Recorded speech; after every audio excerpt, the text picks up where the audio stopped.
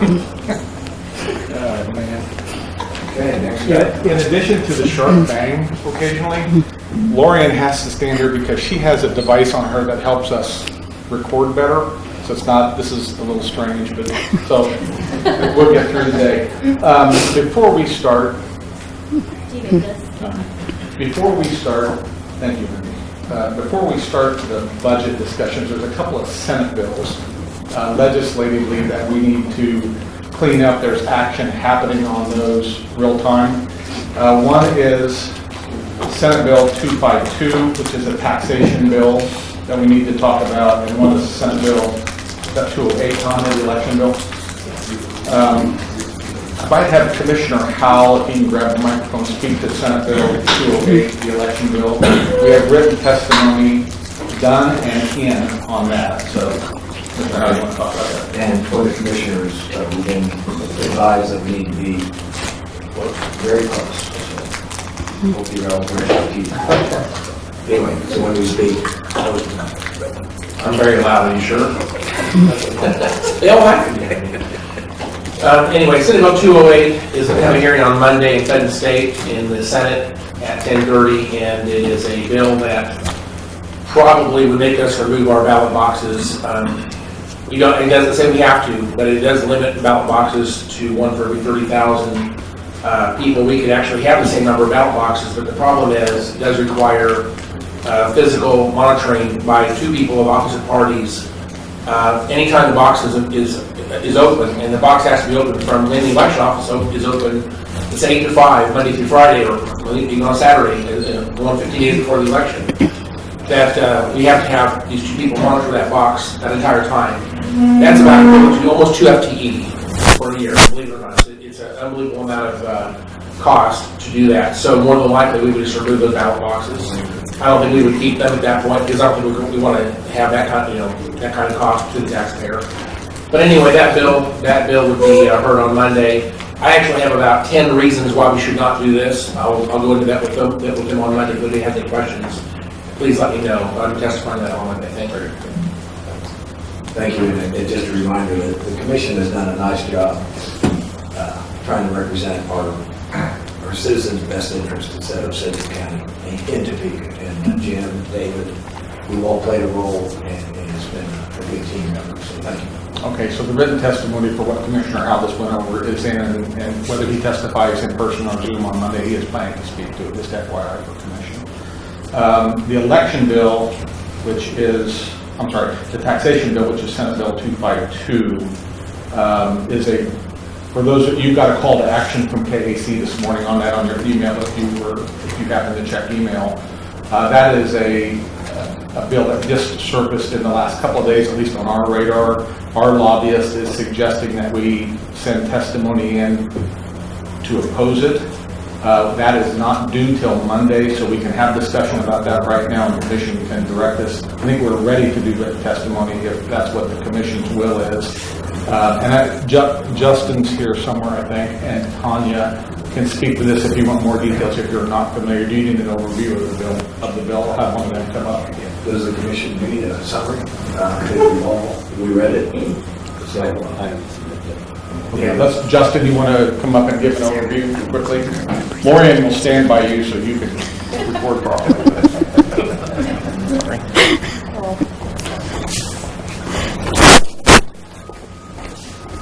Good morning, Commissioners. Senate Bill 252, the best way to describe it is it would, if it was passed, what it would do is any business that is deemed to be competing with government, or government is competing with business, whichever way you look at it, would be entitled to a tax rate of real property taxes and also personal property taxes. The scope could be very large. Sales tax fee? I don't believe sales tax, Chairman. No, sales tax. Oh, it is sales tax also? Okay, my apologies. So it would also be sales tax. It's exempt from all three types of taxation. The scope of that could be very broad. I mean, it mentions everything from restaurants to recreation and entertainment without defining recreation and entertainment. It would include, I'm trying to remember other facilities. It talks about ambulance services and other things. I'm sorry. Health clubs? Yes, health clubs, that's correct. It includes health clubs. You know, the thought being that that would be a pretty substantial scope of businesses. And so if the board would choose to oppose that, we could craft legislative testimony to do that. But if you have any questions, let me know. Oh, yeah, Lindsay raised her hand. Yeah, Interest Bank Arena. Certainly, Interest Bank Arena, the zoo, things like that could be viewed as being competition with the private sector potentially in that bill. But if you have any questions, I mean, I think, you know, one of the things that would probably be foremost in mind for you as commissioners would be, would this necessitate tax increases on homeowners and all of the other businesses not covered by this in order to cut this tax rate for this subset of businesses? I think the answer is probably yes. So I'm sure the finance people could talk in more detail about that. So we're writing up opposition? If that's the will of the board. There's no hearing scheduled yet. No hearing scheduled? I thought there was, Tanya. On Tuesday. On Tuesday. Okay. And we could have testimony completed today if that's the will of the board. When do you think that most counties and cities in the state would be questioning this? I think that's probably true, Chair. I'm sure I know KAC's already submitted written testimony. I would imagine the League of Municipalities is, and probably a whole host of other municipalities are as well. KAC already submitted opposition. You have a call to action this morning. So, I mean, it's ultimately your call on if you would want to submit written testimony in opposition, if you'd want to have written testimony and in-person testimony or through Zoom. That's the will of the board. When is the hearing, Tanya? It's Tuesday, I don't know the time, but I know it's Tuesday. I need to look at my email real quick to get the time. They meet at 9:30. The hearing meets, the committee meets at 9:30. All right, thank you, Commissioners. Unless you have any other questions. Is there? Could we consider just mirroring what KAC has sent? I mean, I guess I would say, in part, I think our approach is a little different. I've read their testimony, and I don't think it's one that we would quite want to mirror, to be honest with you. I think there's reasons we would want to have different testimony. We do have we would have some items that we think we can put in testimony. But I'd be happy to entertain any other comments or questions. I think the fiscal note on this is going to be absolutely massive. And so I think this late in the session and that cost to the state, I don't think this actually has any real chance of passing. Maybe it's a discussion. If it did pass, we'd have on the other side of that dome to attack it over there. But I think written's probably all we have to do, in my opinion. Written only.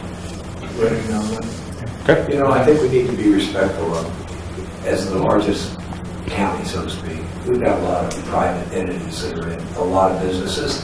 So a tone of us competing, I didn't realize I guess we do have some levels of competition against some venues and things, and that's not our spirit is not to go against private. Well, I think that's one of the points the testimony can take is that, you know, for example, the Sedgwick County Zoo is the largest tourist attraction in the state. That's not, I mean, yes, we have a similar facility also, you know, Tanganyika, but I mean, the zoo's been in place for decades and it generates a lot of revenue, provides a lot of recreational and educational opportunities for our community. This facility, very similarly, you know, and so there's a number of ways that it wasn't intended to be competition, and you know, it's a very broad bill. So I mean, I think we could do that in a way that would be also, you know, respectful of the businesses too. Yeah, but maybe following Commissioner House's lead, maybe approach it more of a financial impact that he thinks would be massive. I don't even know how you can measure it, actually. You're talking about restaurants, venues that host things versus Interest Arena. I just don't even know how they can do it financially. Maybe that's more of the angle we take in our messages. Comment. If this actually did go anywhere, and I don't think it's going to, the other way to approach this would be to charge sales tax in the government entities, which I don't think is likely as well, but if we did, it goes right back to the local government primarily anyway. I guess the state would be part of it too, but I guess I'm just saying it would be, to make a level playing field is to increase tax on entities right now that have tax exemptions, which I think is another way to look at the same problem. I don't think that's also probably just a horrible idea, but I see the state probably will have that discussion as well. I'll add anything further, Chairman. Okay, thank you. Commissioners, I just want to mention the hearings on Tuesday at 9:30. Okay, thank you, Commissioners. Let's get started now with the budget workshop. Of course, the goal today is to give an overview as we prepare to create the 2024 budget.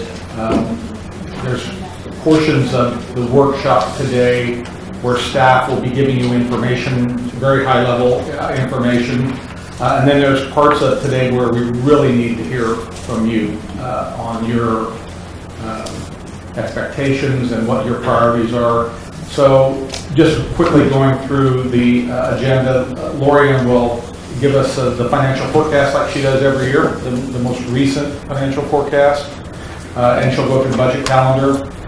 Then at around 10 o'clock, or a little bit after, we're running a little bit behind, Lindsay will get up and talk at you about CIP process and financing and some of the large-scale projects that the county is looking for or looking at over the next generation, and that's where we really need to begin to hear your engagement.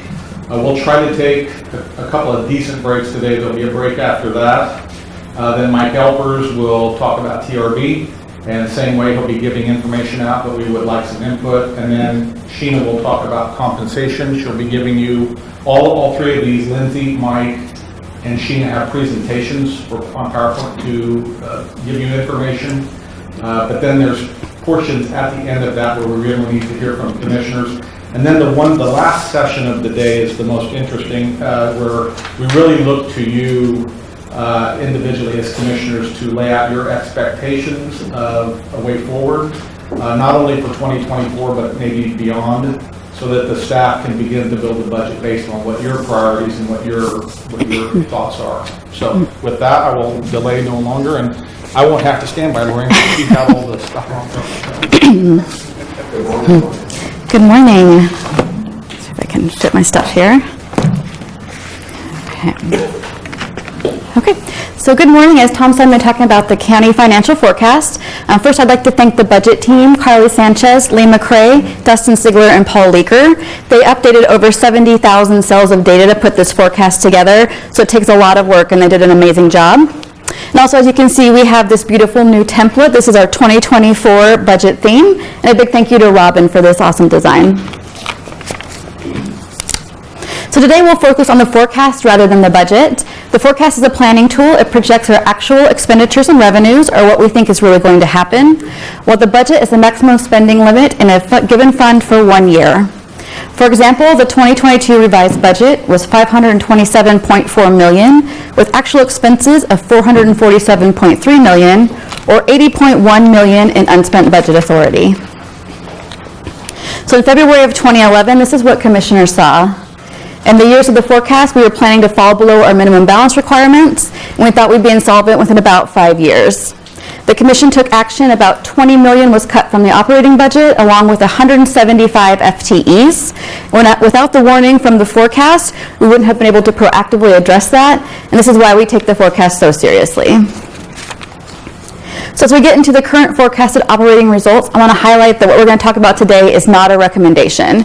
This is only what the forecast looks like right now. We haven't tried to fix it, and there are a lot of unknowns. Through budget development process, we'll find out what your priorities are and what the needs of the organization are to craft the recommended budget that you will see in July. So today we'll be talking about the county property tax supported funds, which you can see in this chart along with their 2023 budget. So for 2022, we did consolidate EMS, ComCare, and Noxious Weeds into the general fund. You will see them in this chart because in 2023, they're paying back the final administrative charges owed from 2022, and we'll be transferring the remaining fund balances into the general fund this year. But even though they're in this chart, now department impact is only felt in 3 of these funds: the general fund, aging, and highways. WSU and bond and interest are pretty predictable and constant within a year. Not much can influence them. Each of these funds has its own target fund balance that we're trying to reach by the end of the forecast. And the total mill levy for the county is spread across these funds, and it fluctuates each year depending on the needs in the fund and to try to reach that target fund balance level. You do have an updated version of the long sheet handout, which details the forecast. I'm going to walk through how the sheet is set up, but I'm going to keep it at a high level since we'll be getting into the details in the presentation. So the top section is rows 1 through 32. It focuses on assumptions for revenue and expenses. The middle section, starting on row 33, shows our operating income and deficit by fund, or how our revenues compare to our expenses. So if we take that into account, if you start on row 42, you can see what that does to our fund balance by fund. Below that, on row 53, is the mill levy rate by fund. And finally, we're working off the 2023 to 2027 adopted CIP, which starts on row 62. So in terms of what is actually included in the forecast, we do plan for all current services. The current adopted CIP is included with a $2 million placeholder in 2028. For additional uses of general fund cash, we do have $0.3 million for COVID-19 response in 2023, and this is to finish the first floor traffic remodel project.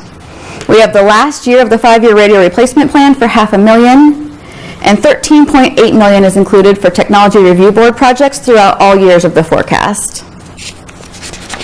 As for what's not included, we do not have additional funding for new programs or unbudgeted community and economic development requests and road projects, any unanticipated technology needs, and any pending capital improvement needs and priorities. So for our key revenue assumptions, for assessed value increases, our actual increase in 2023 was 7.3%. For 2024, we now have a 5% increase estimated, which is an increase from our previous forecast of 1.5%, and this adds $2.6 million in recurring revenue. The outer years have also increased slightly to 4.5% from 3.83%, which is an additional $1.2 million in those years. And thank you to Mark Clark for his help on these estimates. Our mill levy rate for 2023 was 29.368 mills, and we do have 29.370 mills in all the outer years of the forecast. For sales and use tax, we saw greater increases in 2022 than expected, with a 10.4% increase. We do expect these numbers to start going back to more normal levels this year. For motor vehicle tax and MABCD revenues, these will decrease slightly this year before returning to more normal levels. Medical charges for services will remain at normal levels throughout the forecast. And for gaming revenues, we expect a decrease in 2025 when the current 3-year contract term with Crosswinds Casino ends. On the expenditure side, currently we have 4% pay pools in all years of the forecast. For health insurance, we have increases of 5% in the outer years. We do know that we'll have increases in KPERS and KPNF rates, and of course our utilities continue to rise. For admin charges, these numbers will fluctuate more than normal because, as I mentioned, EMS, ComCare, and Noxious Weeds are paying back the final admin charges owed this year, which is about $1.7 million. Software and hardware maintenance will fluctuate throughout the forecast based on what TRB projects are included in those years. And for debt service, what's included is based on our 2023 adopted CIP, which will also be updated throughout the budget process. And here's a comparison of our revenues to expenditures. Our blue line is expenses and the red line is revenues. Currently, there's a surplus projected in 2023 with operating deficits starting in 2024, but as you can see, they are much closer than what we were projecting before. And here you can see what the surpluses or deficits look like per year. As I mentioned, these numbers are looking a lot better than what we projected last quarter. This is mainly due to increases in revenue, like that increased assessed valuation, and some decreases in our projected expenditures. For example, in our bond and interest fund, the original estimates included some capital projects like the Community Crisis Center, which was not bonded last year. And this was resulting in lower debt payments than originally anticipated by about $2.6 million per year.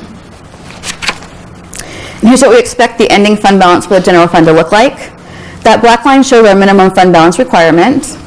So this year, the fund balances from those 3 consolidated funds will be transferred into the general fund. This adds about $4.5 million to the fund balance this year, but these funds will be restricted and they can only be used for those functions. And as you can see, we are projected to stay above that line throughout the forecast. So now we're going to take a look at some key drivers for the general fund. In 2023, there was a $4.9 million surplus. You can see that 6.2 million that will be transferred from the consolidated funds. If we took these funds out, we would have a deficit of 1.3 million. There's the 0.3 million for COVID-19 response. We do have 2.6 million for TRB projects, the final year of radio replacement for that $500,000, and 3.4 million for CIP projects. And you're going to see in each of these years of the forecast, the amount of the deficit is less than our one-time cost for TRB and CIP, which are valid uses of our fund balance under our policy. So for 2024, there's a deficit of 3.9 million. There's the 4% pay pool, which adds 4.8 million in compounding costs each year, and you'll see this in every subsequent year of the forecast. There's 3 million for TRB projects and 6 million for CIP projects. In 2025, there's a $0.9 million deficit. There's 2.9 million in TRB projects and 3.4 million in CIP projects. In 2026, there's a $1.2 million deficit. That includes 1.9 million in TRB projects and 3.5 million in CIP projects. In 2027, there's a $4.1 million deficit. There's 1.8 million for TRB and 6.5 million for CIP projects. And then finally, in 2028, there's a $1.5 million deficit. This includes 1.7 million in TRB projects, and then the 2 million for unspecified CIP projects. So our presentation today is just the beginning. Our base budgets were released to departments today. Their submissions and any requests for additional funding are due in late March. County manager reviews will be held in late April with commission hearings in mid-May. July 12th is the manager's recommended budget presentation and our last update. For our 2 currently scheduled public hearings, the first is August 2nd at 6 p.m. The second is August 23rd at 9 a.m. Budget adoption is also scheduled for August 23rd. Our next topic is actually to talk about the budget calendar, to discuss the BOCC hearings and the public hearings. And with that, I'll be happy to try to answer any questions. Thank you, Lauren. You're saying August 23rd, not 3, which you're sure. This says 24th. Oh, sorry, it's the 23rd.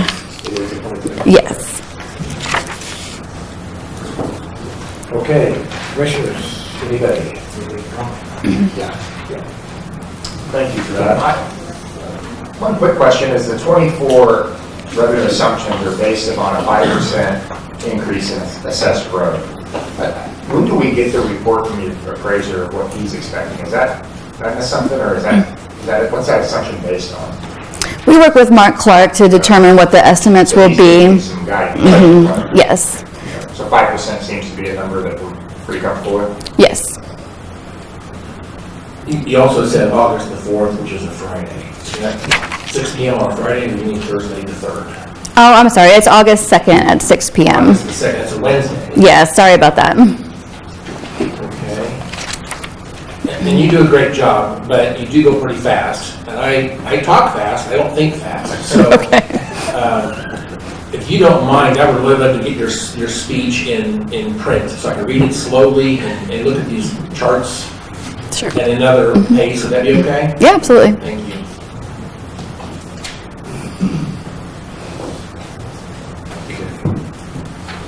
Anybody else have anything?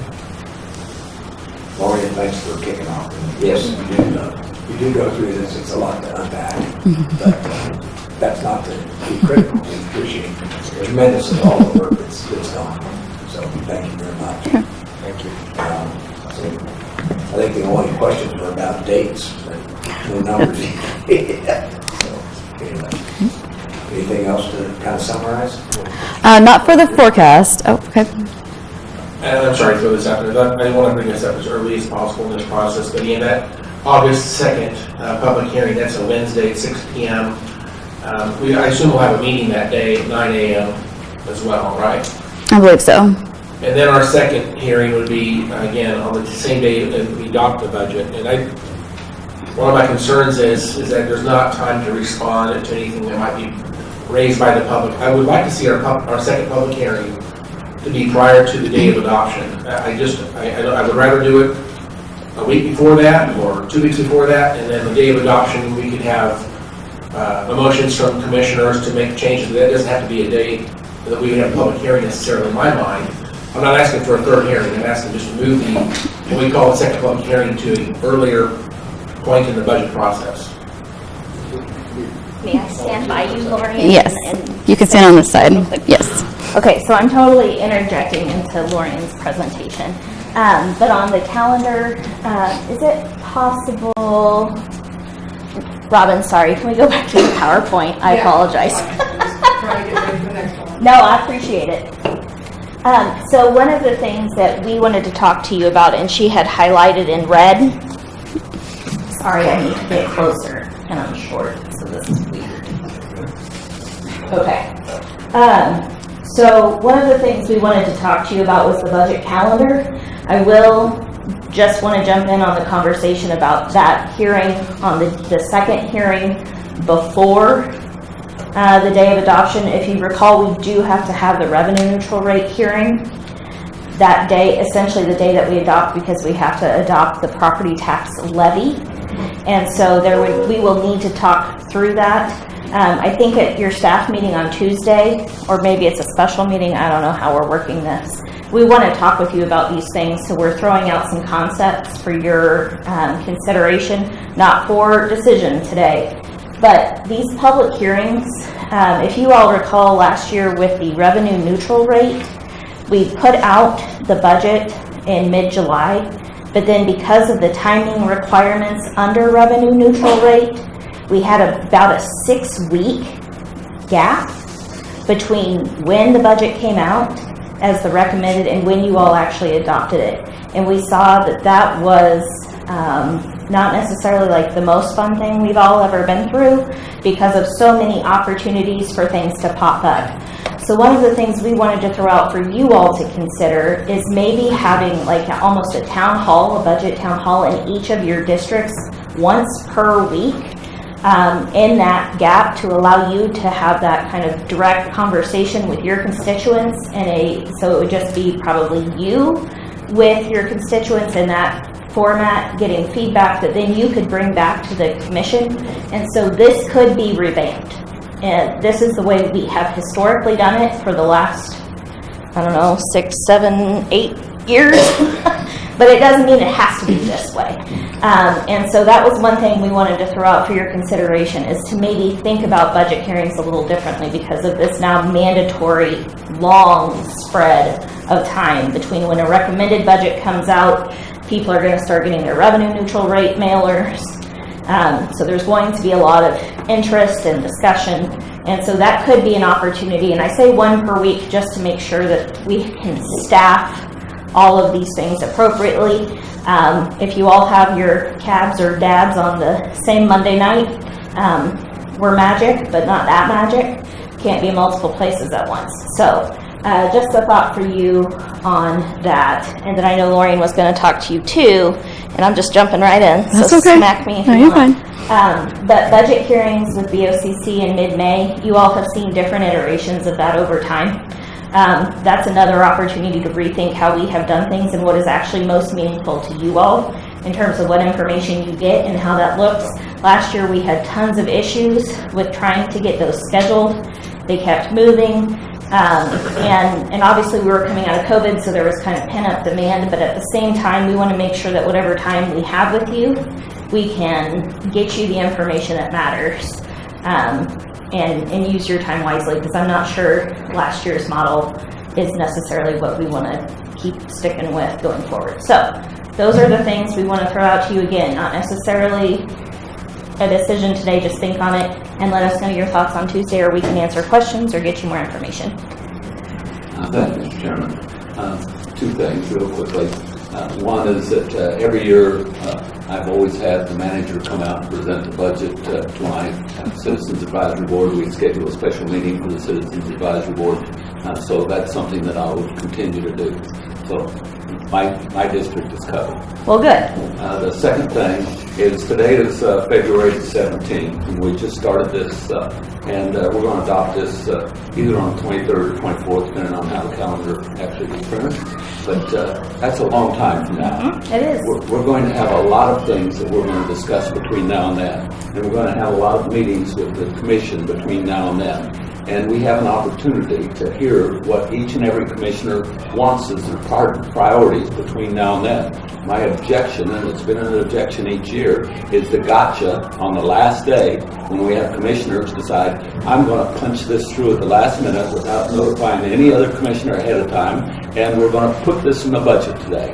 And that is absolutely the wrong way of running a budget. Thank you.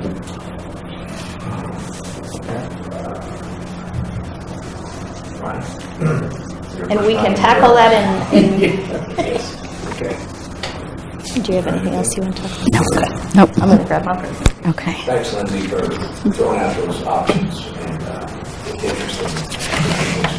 Okay. Gloria?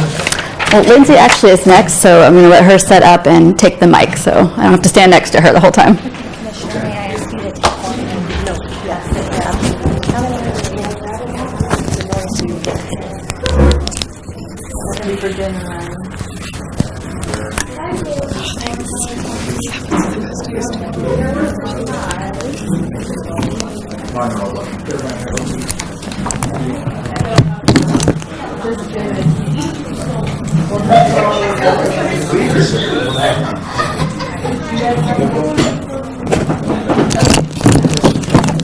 Oh, we're missing 3. Does someone else have a color copy of full print? Good Lord. Big trouble. Big trouble. Thank you. Hang on, let me.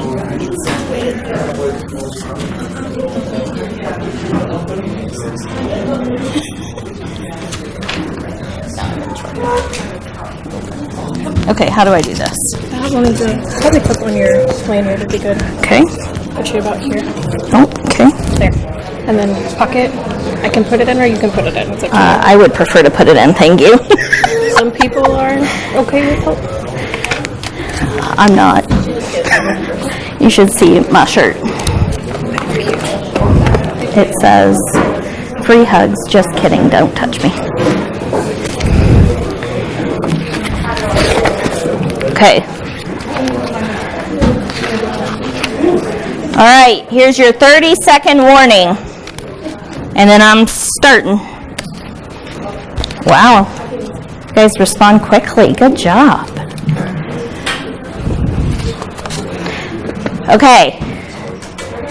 Is everybody ready to be riveted by CIP discussion?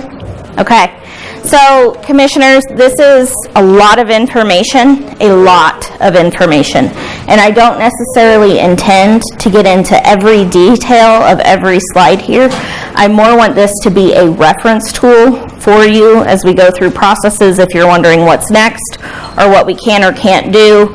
This is really supposed to be a reference document for that. So, we know that there are all kinds of things looming capital-wise, big and small. Today's conversation is mostly going to focus on the big.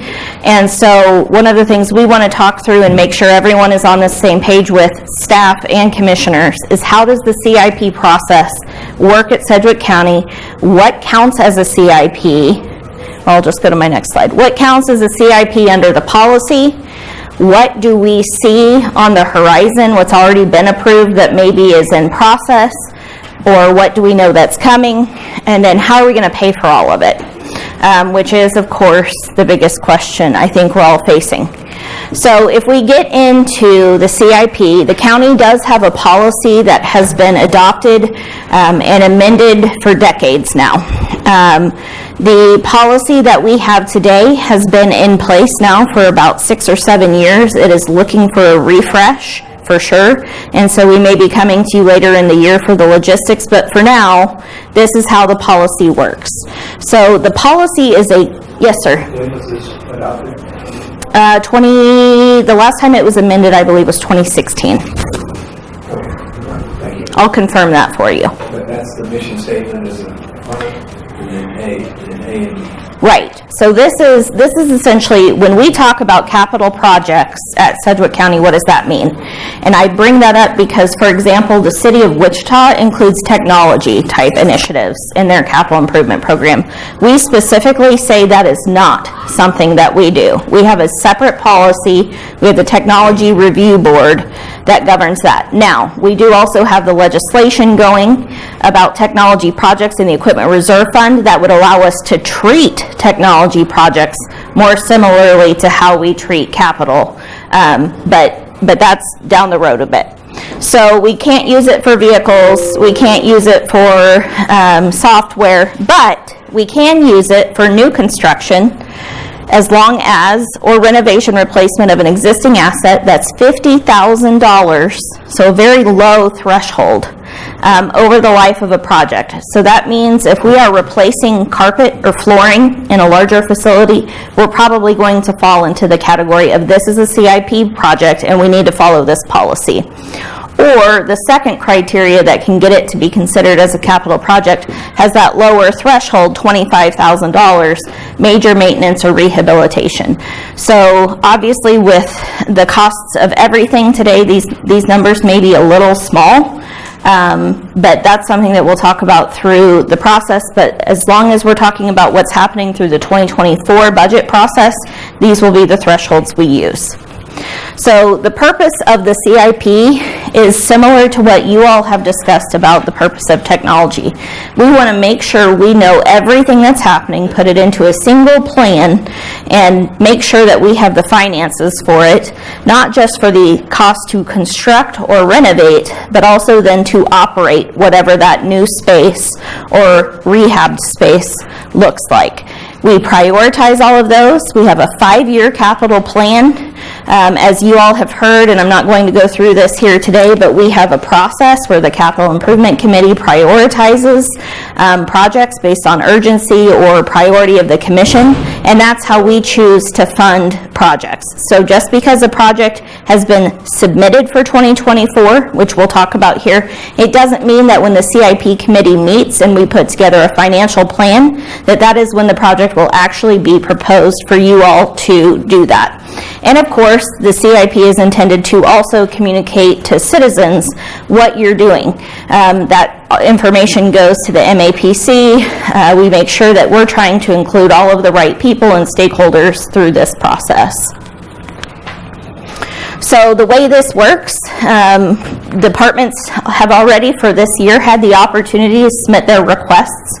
If they are facility projects, that is something that Project Services works with departments to help them put together estimates. If it public works, whole different set of rules because they have their own whole set of funding. With the half-cent sales tax that we put out, we have the 1 cent, half of that is dedicated to roads and bridges. That is the only legitimate purpose that it may be used on. So the CIP committee hears all of these projects, whether it be facilities or roads and bridges. We make sure we understand those things. We prioritize all of those projects. We try to put them to a funding plan. If it's facilities and drainage, it goes into the 5-year plan. If it's road and bridges, basically Public Works puts it together based on the level of resource that they expect to have. There's also kind of at this point a general expectation that on average they have about $4 million of bond funding to use for bridge projects, and I am certain that will be a conversation topic later in the process. But we'll get there. We bring you all a tentative CIP in May. And what that means is the CIP committee has gone through and taken the best information available to us, the cost estimates, and we put together a plan that we think will work and address the needs. But we bring that to you all in May so that we can get your feedback, because this process goes through the annual budget process. So we have the same public hearings, the same adoption schedule as the rest of the operating budget. And so because you hear department requests in May, we also want to give you the opportunity to hear about this tentative CIP. So, oops, I went the wrong way. Sorry about that. There we go.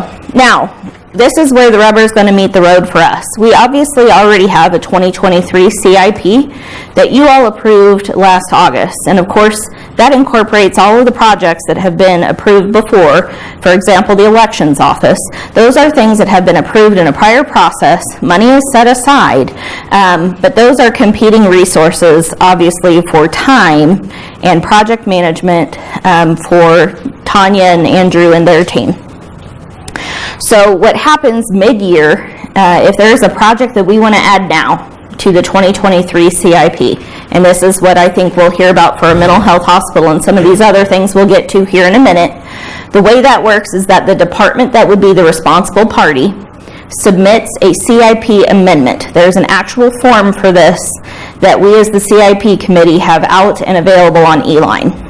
That goes out, the CIP committee votes on that. It then gets passed to the county manager for review and vetting with you all, make sure you're pre-briefed, and then typically a CIP amendment will be placed on a consent agenda. Unless it's a big deal, in which case, or a new project, in which case we'll bring that out. A lot of times a CIP amendment could be just a small thing too. For example, we know we spent a lot of time on the bell last year. Those are things that maybe would not typically be on a discussion for agenda, but that was a big deal. So we brought that to the agenda. And then if it's approved, it automatically gets loaded into the CIP. Now, Carly, would you hold up the pretty book that you put together since I left it at my desk? So right here in the middle of the room, Carly is holding up a book. We do publish a CIP standalone document. It has all of the project pages that Lynn and his team put in there for roads and bridges. It has all of the facility projects. It has 5-year plans. It has operating dollars. It has all kinds of stuff. That's also included in the larger budget book. You don't have to hold that one up. But all of that information is out there, and then we make sure that you all have access to that, because in every single quarterly financial report, there's actually a tab that is, look at you, did you bring it? That's very impressive. So there's actually a separate tab in there that lists every active capital project going back, potentially decades. And so it has a status, it shows you the budget, it shows you how much of that budget has already been committed, when we expect it to be completed. So all of that information is made available each quarter. We post that on the website too, so that the public also has access. And then the way that works, when a project is closed out, when it's completed, done, and we can check it off, if there's any cash remaining, that goes into what's called a CIP reserve, which lives in the CIP fund. And that money is then used for a lot of the amendments or scope adjustments that you all consider. So that is the process generally. Now, here comes the fun. And by fun, something happened exciting. Am I doing something bad, Robin? No, I'm just switching to the camera so we can all see what I'm talking. Oh, can we go back to the PowerPoint, please? I promise you it's way more interesting than me. Okay, thank you. So here's the fun stuff, right? So, anticipated large CIP considerations. So again, there are a million projects that live out there on a day-to-day basis. But these are the ones that are going to consume the most time, most resource, and likely need to be some kind of discussion for bonds, which we'll get into after this. So projects that have been approved and are in progress of being discussed would be the Community Crisis Center expansion. Obviously, we know that there's a lot of discussion about where that should go and what that should look like.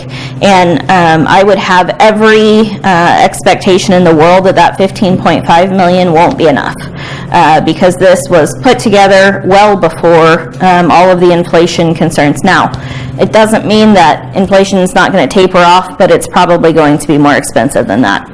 Regional Forensic Science Center DNA Lab Edition is also something that is now underway and starting to be discussed.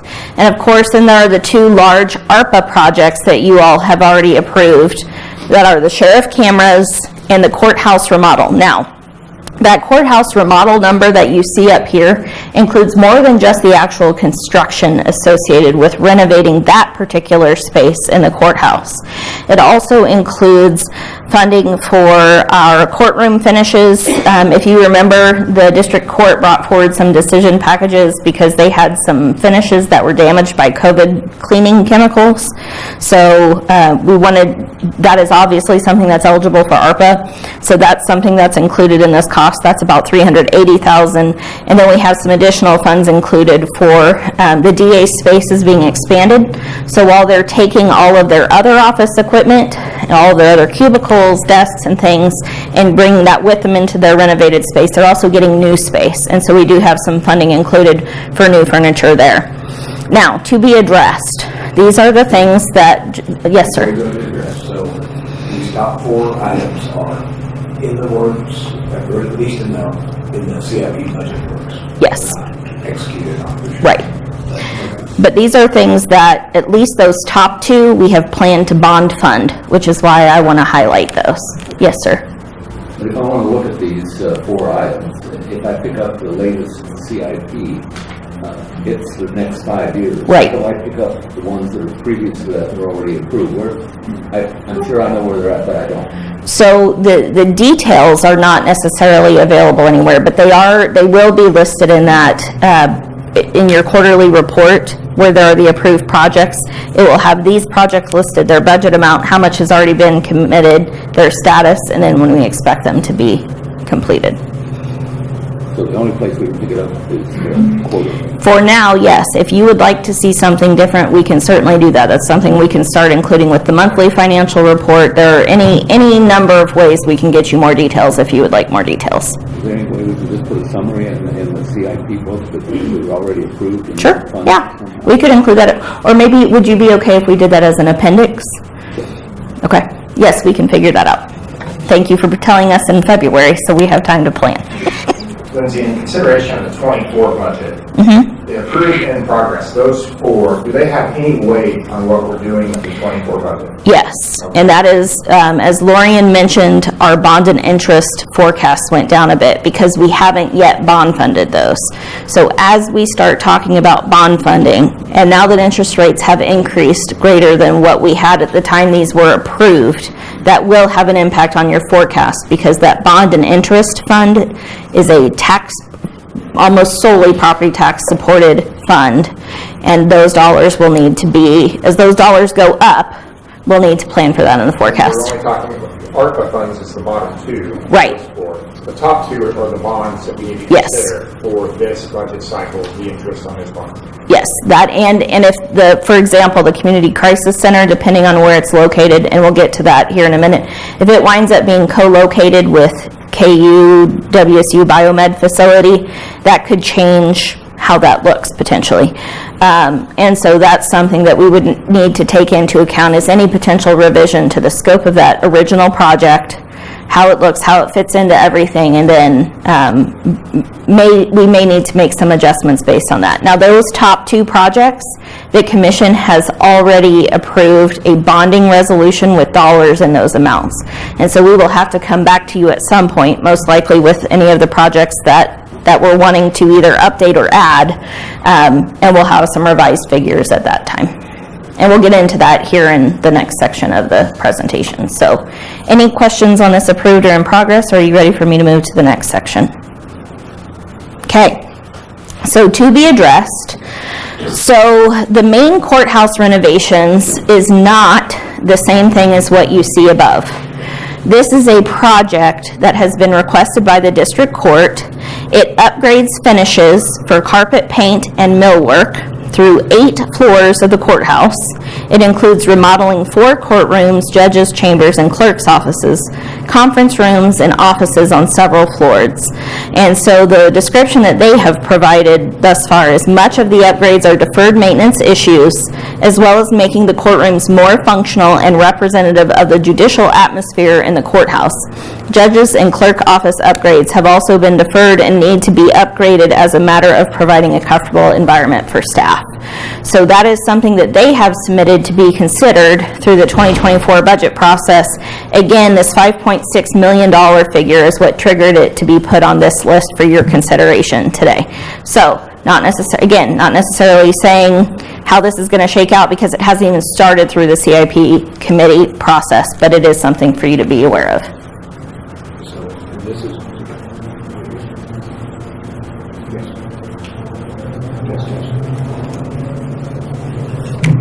Sorry about that. So you said this is for 8 floors? Yes. So basically, it's the floors that aren't already being touched through the ARPA courthouse remodel. So that's what my question was. So we're spending 9.8 ARPA courthouse remodel. What do you think? There's another 8 floors that need. I would imagine if it was me, and I'm getting brand new courtrooms, I'm probably wanting the other courtrooms to look equally as good. Now, we have not vetted any of this. We will still have plenty of opportunity to vet this. So I don't have the details for you that I would typically have by May, but this is just an ask and it's something we will be considering. Can you remind me how many floors is in that building? Oh, come on now, man. 11. It's been so long. Okay. You're welcome. Okay, so the next one is a big deal and something that I know this commission will want to have maybe even a workshop on. So we don't want to get too far into the weeds on this today, again, because this is just the idea of considerations that are coming. But this is juvenile services. And so what this would envision is constructing a new building for JRF, Juvenile Residential Facility, juvenile field services, and home-based services. And so right now, you've all heard juvenile field services is in leased space. This would get them into a complete county-owned facility. We know that there are some, you've already heard, and we just talked about the fact that the lease there is actually increasing this year significantly. JRF itself was built in 1994. It's inefficient, and as we saw through some of the staffing shortages we had recently, the building is inefficient and doesn't allow for flexible staffing or living units appropriate for young people. And we know, of course, that JRF is a less costly alternative to JDF, although JDF is a state mandated program, whereas JRF, again, is something that is optional for us. So that is out there, and again, we will have lots more conversation about it, but this price tag got it on this list. And so we'll have more discussion about that. Another project that has, apologies. So, so just to be clear, you were talking about replacing JRF and moving JFS, but JDF will stay where it is. That's not going to change. Tanya, do you want to, Rusty's doing this. You all have to come up here so you can speak into the microphone, whoever wants to volunteer. Morning, Commissioners. Tanya Cole, Assistant County Manager. Rusty, I'm going to look at you to make sure I don't say anything incorrect. But my understanding of this CIP is that this would demo JRF, and what would go in its place is a new JRF, Juvenile Field Services, would then go in this place, and then we would no longer lease Juvenile Field Services.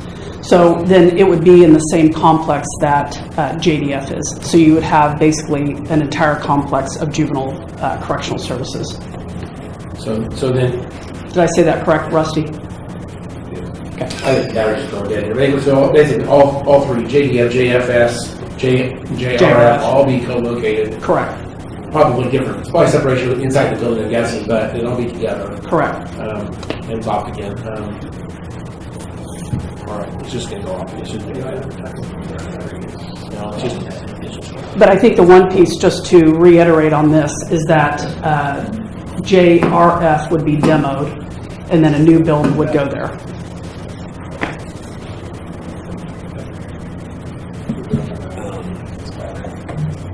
Can we get some batteries in our, to be addressed, CIP process? Yes, we can, and I'm going to see. Do you know, is there anybody from Exploration Place who can help us with cameras? This is new. Help us with cameras, or I'm not cameras, the microphone, because it's failing. There's a number. I think having a discussion is a great idea. This is a long ways off. We're not going to be. Are we approving something in the 24 budget that deals with this CIP plan? Potentially, we are. There is no, at this time, it is just something that has been submitted through that process where folks had to have their requests in early. This is something that you will consider, we'll bring to you in May. some plan for this, and you'll have the opportunity to give us much greater feedback at that time, because we will have a plan proposal for you. And that's also, so we would use the current JDF facility, with the new building would be attached to it, basically. Yes, it would all be in one central spot, and Rusty's going to speak, but he has to come stand by me so he can speak into my snazzy microphone. I may have other questions, but go ahead. All right, Commissioners, brief history. There was a CIP a couple, 3 years ago to renovate JRF because it wasn't meeting the needs to manage that population. It's an old building with a huge gymnasium in there that they utilize to some degree. The HVAC has been on the CIP to be replaced for a long time. But then as we got into the lease issues down on Harry Street. Yeah, no, you're fine. But for the PowerPoint, can we go back one slide? How do I do that, Mouse? I think if you just go in there. It's not my computer. I have running off that. But we left those services down there. There we go. Perfect. JRF, because JRF was closed. But as we are reestablishing and reopening JRF. One more. Yes, thank you. When it does go there, I just don't want to jump ahead. Okay. Last year, corrections started to push this type of project on the CIP. It was not mature enough for them to really get the details together, so we pulled it off. It's going to show back up this year, and then it will be for discussion to figure out in what year it can go, if it can go at all. But to your question, the JDF facility is standalone. It has JIAC in the south end of it. JRF is just to the south of that. That building would be demolished and a new building would come up. It would be constructed in a way that fit the needs of juvenile health services. It would have space to accommodate the evening reporting program, and then it would have residential space potentially to facilitate JRF and the population that it serves. Steve has also looked at an alternative for JRF besides this, so really I'd like to have Steve in the room to get into the details with you when we get to that point. But yes, this would be a tear down JRF, direct a building to move all the juvenile health services, evening reporting program, and JRF into a single facility on that campus. And then you have JDF, JIAC, these field service programs, JRF, and then juvenile court. All that is in one complex within that one general area down there on South Island. If that makes sense. We could use probably a map, kind of, or some boxes. Yeah, all those details we can get into and give you. A workshop's probably a good idea. It's a big project.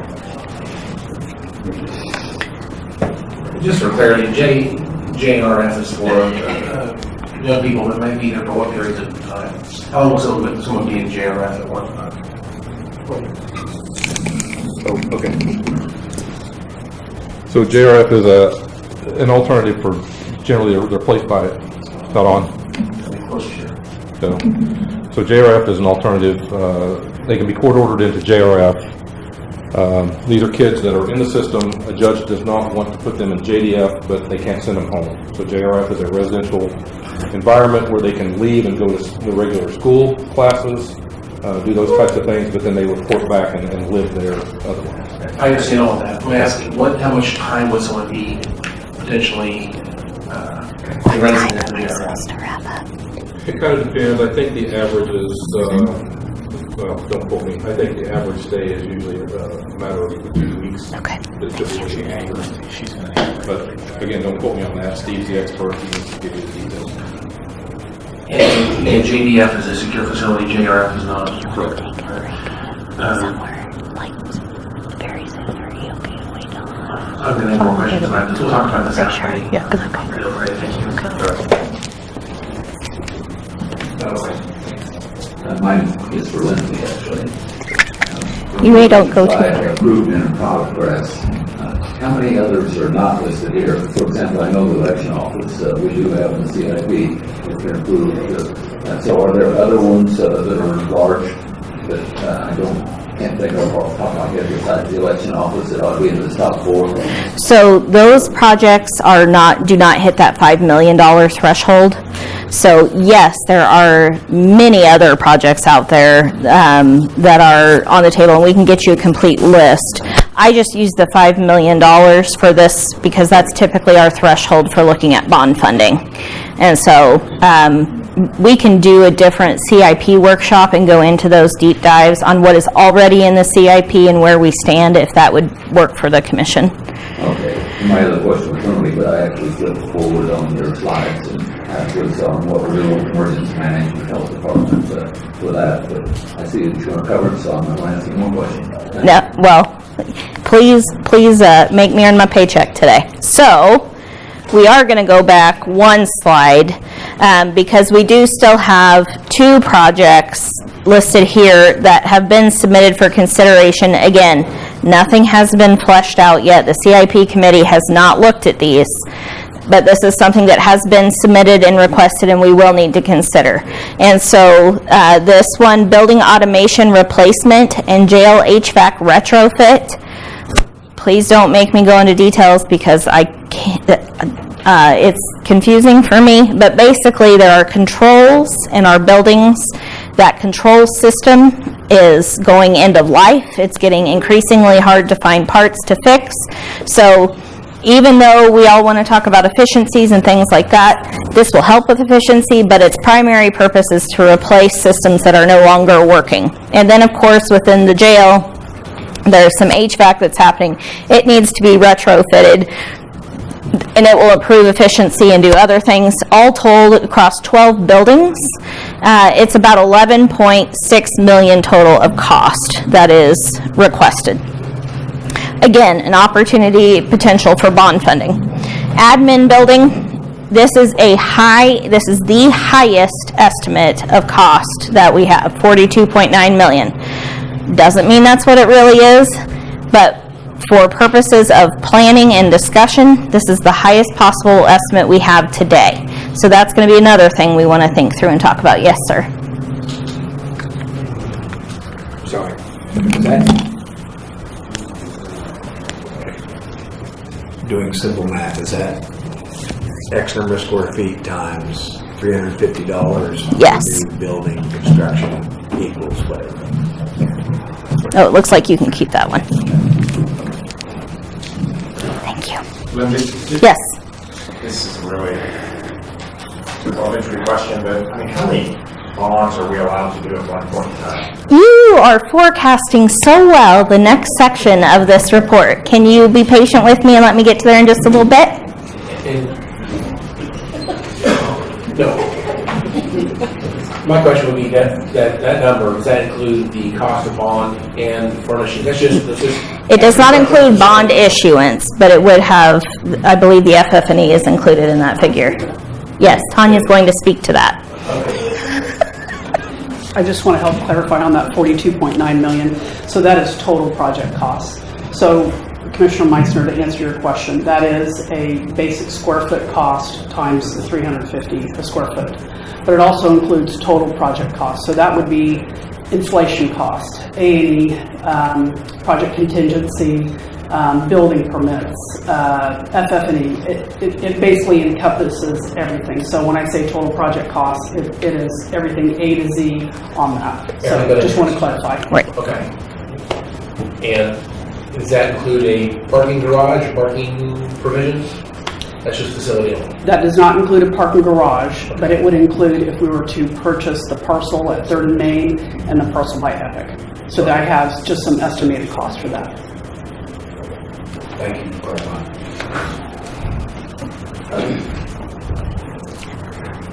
Okay, and then just as a project that's floating out there, this is not necessarily something I would want us to even consider for bond funding because it's not our project, but the State Mental Health Hospital, it's just another project that we all know that is looming. That's why it's got 2 asterisks here, just because I don't want to pretend like it doesn't exist. So That's basically for everybody's knowledge. So the state would either agree to fund it as we invoice them, or they send us money, we escrow it and use it or something like that? The hope would be that they would give us the allocations of cash for us to draw on. The idea of invoicing as we go provides some level of risk that I would prefer to avoid if we can swing it. But yes, it would be. On our balance sheet or our CIP. Well, so it would impact our CIP, but it would not impact our forecast or anything like that because the funds would be there that we would be spending down. And as long as we have an agreement that if there are any cost overrides, that can be billed to the state, then I would anticipate there would not be any risk there. Okay, so I thought that was going to be the easy slide, and I thought this was going to be the hard slide. So we will see how this goes, recognizing that we have about 20 minutes left in my presentation, and I don't want the time police to come after me. So, it is. Well, but we can also do workshops. I don't mean to make it sound like today you have to make decisions or any of those things. This is really just supposed to be laying the groundwork. We have another few months. I would love to know if there's anything in here. We've already heard several things that pique your interest so that we can plan deep dive sessions. So I appreciate the conversation. Okay, so less defined CIP considerations. There are true unknowns, things that today I would not even feel comfortable making a guess at. And so the first of that, of course, is inflation and supply chain for all of the projects that we have going on, definitely in terms of dollars, but also in terms of timing. If we have supply chain issues and we're living under the ARPA timelines, that makes me nervous. And so there's going to have to be some discussion and prioritization in terms of how we approach those to make sure those time-bound ones are getting the opportunities that they need. The next issue is infrastructure bill. You just heard from Jim Davenport a couple weeks ago at how many buckets of funding are out there that Sedgwick County, whether it be directly or through the state of Kansas, will have opportunities to pursue. And again, those are going to be time-bound projects once we get an idea on what those dollars are and what they look like, and not just in terms of grant application, but also completion. We also know that as a part of many of these infrastructure bill buckets, there are going to be grant matches that we are going to be responsible for coming up with. And for the most part, that's going to look a lot like property tax. And so that's going to be a consideration that we will need to keep in mind as we are pursuing any of these large projects, is what that financial impact will be back to our general fund or our local sales tax fund or any of those things. And again, market capacity. We're going to have money flowing into this community continually for years because of this infrastructure bill. So it's not just going to be Sedgwick County, it will be the state of Kansas, it will be other cities within our area or our region, and so making sure that there is labor capacity to handle all of these things is going to be a consideration we have to take into account. Again, will there be opportunities to co-locate programs as some of these massive projects are happening? Is that an opportunity to look at? We've already talked about crisis with the biomed facility, but I've also heard discussions of trying to keep the health department in mind as some of these things are done, or even portions of, there may be other crisis type functions that ComCare provides that could make sense to be co-located with other things that are happening. We know that there are still needs between EMS and fire. You all have heard about those the last few CIP cycles. We know that there are yet more of those that are coming forward. There are standards that we want to make sure we're adhering to. There are all of those things that are brewing out there that will take policy directives from the commission in order for us to come up with a good plan. And of course, emergency management. We know that we pursued a grant for a PPE warehouse. We know that there are some other CIP projects that could potentially help address that need, but then there could also still be grant opportunities that we could pursue for some of those needs, because the whole country is still trying to figure out what to do when the next COVID hits.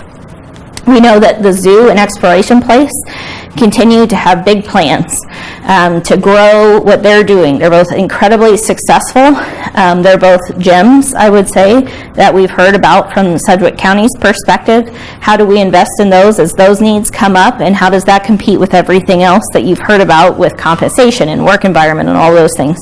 And then, of course, we know that as we're shifting away from traditional incentives for economic development, we have already seen the last couple of years the roundabout up near the Amazon facility. We've had the road paving that's happened out near Element/ICM, whatever I'm supposed to call it these days.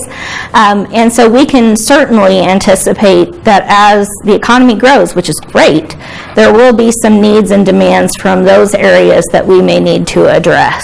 So all of those things are out there, which is why when we talk about a forecast, it's already very uncertain, right? We already know that even the Federal Reserve, who are the most expert economists probably in the world, they don't know what's going to happen. So it's very hard for us to know what's going to happen. And so all of this is happening against that backdrop.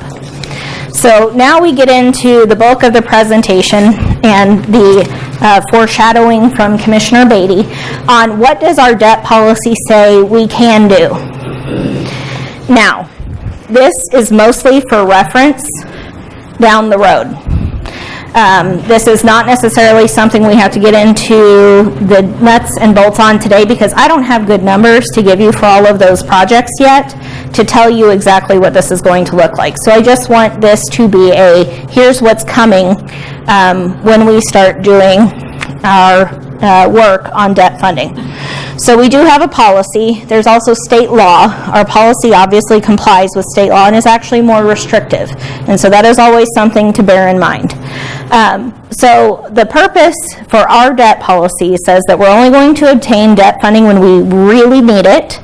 There's a process that we have to follow. We have to make sure that we are very competitive, and there are guidelines built into the policy to make sure of that. And it definitely wants to make sure that we do not overcommit ourselves through debt. It authorizes us to do as much debt, as many types of debt as the state authorizes, but it focuses its attention, and we focus most of our attention on general obligation bonds, special assessment bonds, and revenue bonds. Those last two that are listed there, temporary notes and lease purchase agreements, are something that the policy permits, but really only under exceptional circumstances, because we don't necessarily want to ever be in a position where we have to short-term fund ourselves through debt for any reason, because that's indicative of a greater issue with our cash flow.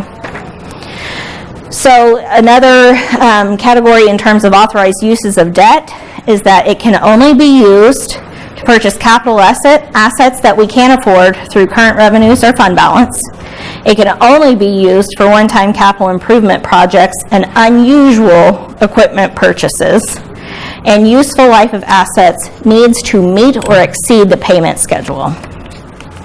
In addition, there's a two-step analysis that we do when we're considering bond funding. Oops, I went the wrong way. Thank you, sir. You'd think at this point I could figure this out. Okay, here we go. Step one. So it has to either be in the 5-year CIP that the Commission has approved, either outright or through amendment, or the project has to involve the acquisition of equipment that can't be done without an increase in the tax rate. And obviously we have a lot of flexibility and capacity in that, so that's going to be a pretty big lift to meet that burden. And then it also has to, or it can be the result of growth-related activities. So we've already talked about that. If there was something massive happening up north and we wanted to go ahead and get in on that and we didn't have time to save up the cash for it, we could bond fund that project. And then step two, and this goes back to what we already kind of talked about as a general presumption under the debt policy. The project's useful life must equal or exceed the repayment term, and we have to have money to pay it all back. There are some assumptions that we will use cash, meaning not bonds, fund balance, or something like that, if we have the revenue or the fund balance, and that can include a grant.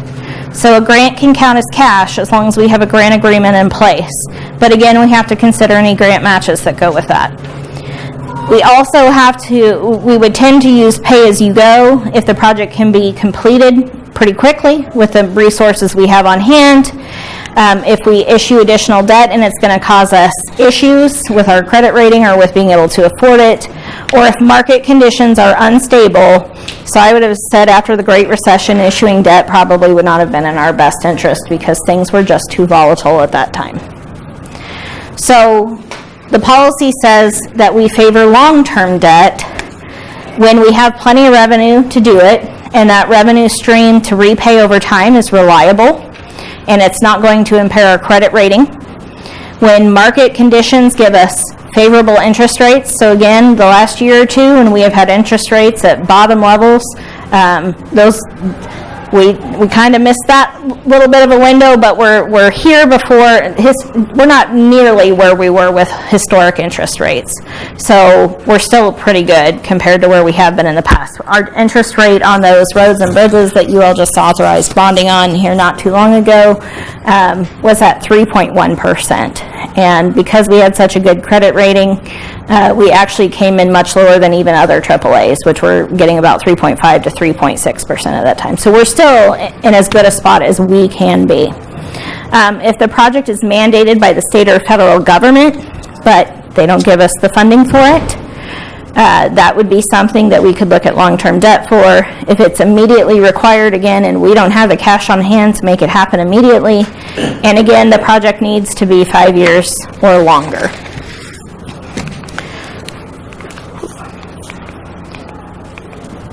So typically the structure and the term of debt by policy, so again, these are choices that the commission can make and can choose to waive under appropriate circumstances. We want to have the lowest possible net interest cost for general obligation debt and public building commission debt, which we'll get to here in a minute. We look at a life cycle or a life term of that debt of about 20 years. We do 15 years for special assessments. Now that's baked into policy, and again, that's so that we're not competing with cities because of their goals to try and grow their own properties. To keep maximum flexibility in the outer years of the forecast, and this is truly unique in the way that we do this, we try to repay 30% of the principal costs in the first 5 years of the 20-year term, and we try to pay off 60% in the first 10 years. And then that, of course, has the effect of reducing the amount of interest we have to pay on the back end as well.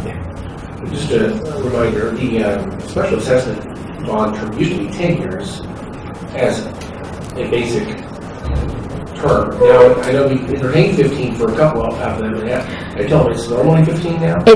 Well, so we entertained 20.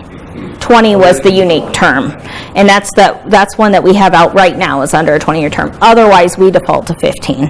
And so the 10-year I'm not familiar with, but... the final bullet on that page, which I think is pretty self-evident, we don't schedule balloon bond repayments where we have to pay a huge amount at some certain point in the future. Ha ha ha, no Chinese balloons here. Good grief. Okay, so debt administration. And this is where we're going to start to get into the crux of Commissioner Beatty's questions. So all of our payments for GO and special assessment are paid from our bond and interest fund, which is one of the 5 listed on that long sheet that Lorian gave you this morning. We guarantee that we will use experts to help us through this process. So that means we will use bond counsel and we will use a municipal advisor. We're not going to try and do this alone. We just simply don't do it often enough for us to be experts enough to protect the county to the degree that we think we ought to. And then, again, we kind of talked about this before, there is approval within the policy for temporary notes, credit enhancements, lease purchase agreements, and negotiated sales, but they are discouraged within the policy because it takes away the guarantees of the competition and the benefits of the competition.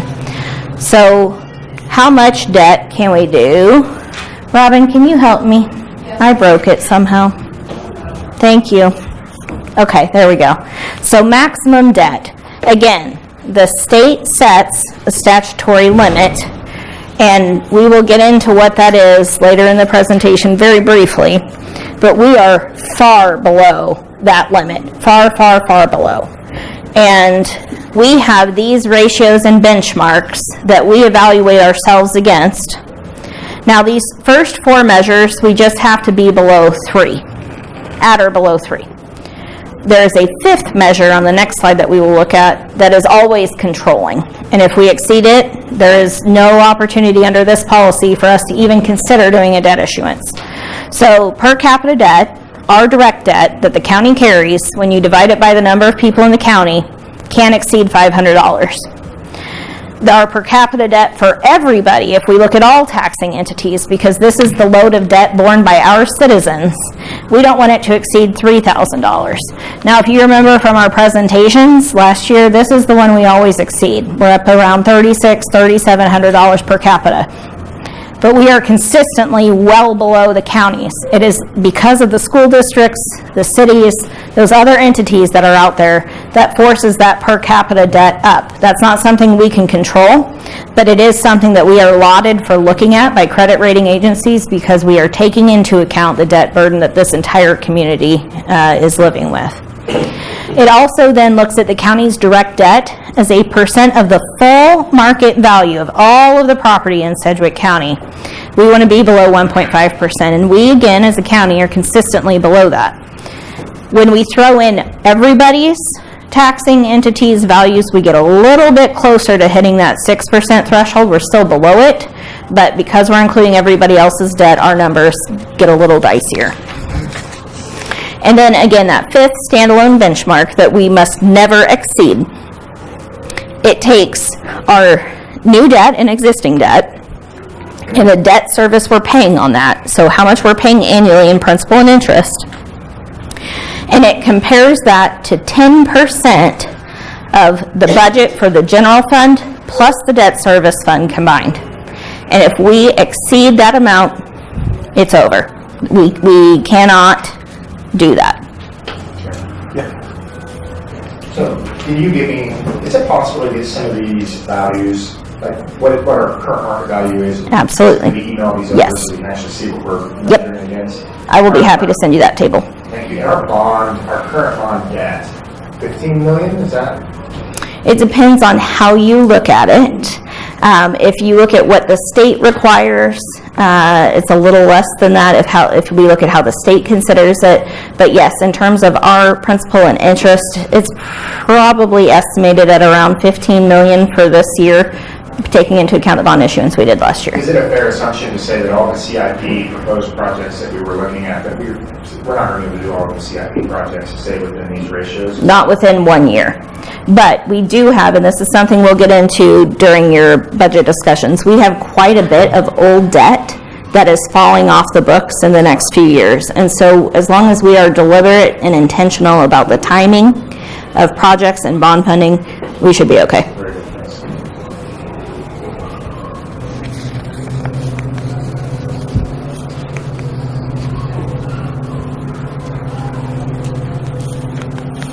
Thank you. Okay, so this is a slide I don't want to get too much into the minutia of, but this is the one that if I could make a suggestion on what you flag, this would be the one I flag. This is going to be the process when we issue debt. The commission will approve the CIP project somehow, whether it be through the annual budget process or through an amendment. Then you will issue the first of 3 resolutions, or you'll approve the first of 3 resolutions. You will authorize staff to start work on projects that you say you intend to fund with bond proceeds. So we will start doing that work. We will obviously go through the procurement process to make that happen. Then, once we are mostly done with that project for the most part, there are going to be some caveats we'll talk about down the road. Once all of that work is mostly done and we know what those costs are going to be, we will come back to you and ask you to authorize a resolution for us to go and hold a competitive bond sale. And so once you approve that, we will actually schedule the bond sale, prepare all the documents. We will go through that process of holding the bond sale, where really we're just getting the best, most competitive interest rate. And then we will come back to you either the next day or the morning of that sale and ask you to approve the actual sale itself. Once that happens, there will be a series of documents we have to complete and work we have to do with the company that is going to fund us. And then that sale will close, and we will actually get the money. And we will reimburse the capital projects that have spent that money with those proceeds, so that we can do our very best to make sure we're not over bonding and paying interest on anything, on any unnecessary costs. And then because it's debt issuance and because it's government, there are a lot of state and federal reporting and compliance requirements that we have to adhere to. And so we will go through that process. Some of those the commission chair will be made aware of or have to sign, others staff can just handle.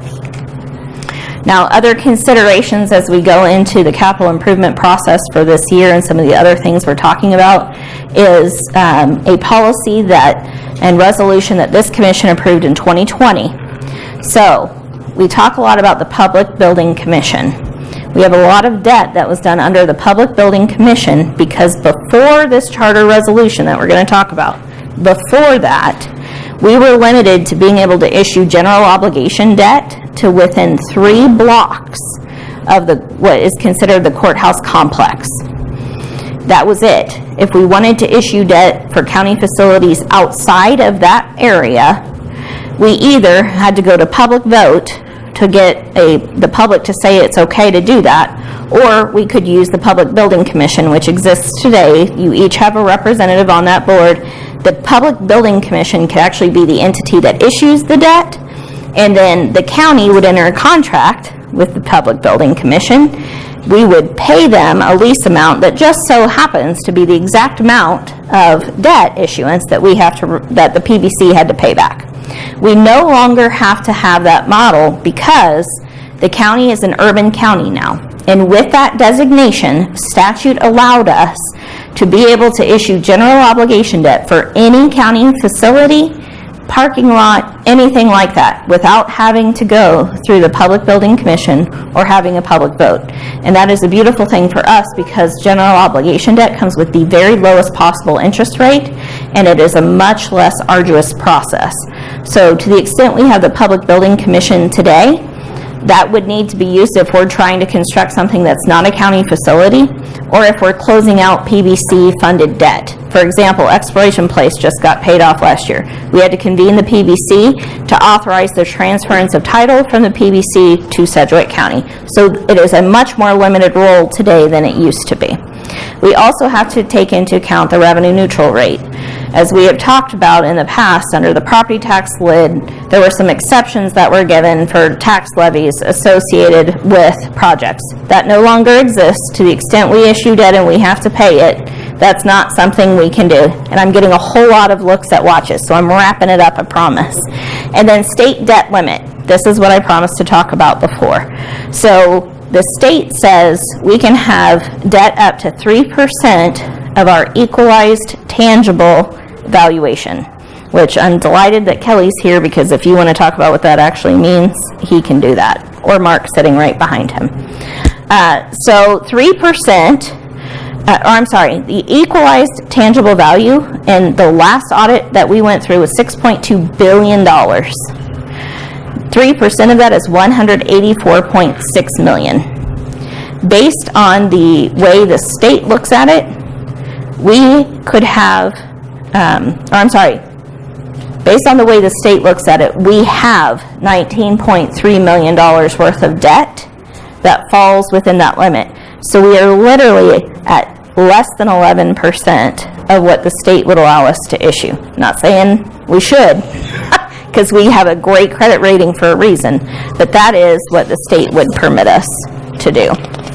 So, I don't have any asks for you today, aside from if you do have any particular topics that you've heard about that you haven't already told us you want to do a deep dive on, please let us know so we can get those scheduled, and we're happy to bring in bond counsel or municipal advisors to tell you anything you want to know too. Okay, quick summary statement. So the value of the county assessed value, basically this tangible value, is the 6.2 billion. And that includes motor vehicles, all of that. Okay, and then under state law, we could go up to 3% of that. Yes, You did the math, that's 184 million, yes, and we are at 19 million. yes.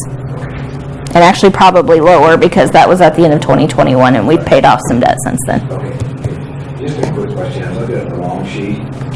Remind me again, when we did the front of the zoo, it was 2 million? a year? 2 million per year for 3 years. Was that? We're done with that, so it is no longer represented on your long That sheet. was not bonded. Correct, that was just cash. And that's a good note. If we are not building something, if it is not for a building, our policy does not permit us to bond it. So if we're just making a contractual payment, that's not something we could bond. For some reason, I thought it was in 22, and I didn't see it, but we made it before that. Lorian, did we pay the last off in 21, right? It's cash one. We paid off the last of that 2 million in 2021, and that actually would have shown as a grant award because we didn't construct that, we just paid it as a contractual payment to the zoo. So you would have seen that on a different row there. You're welcome. What other questions? Lizzie, thank you. You all stayed awake, good job.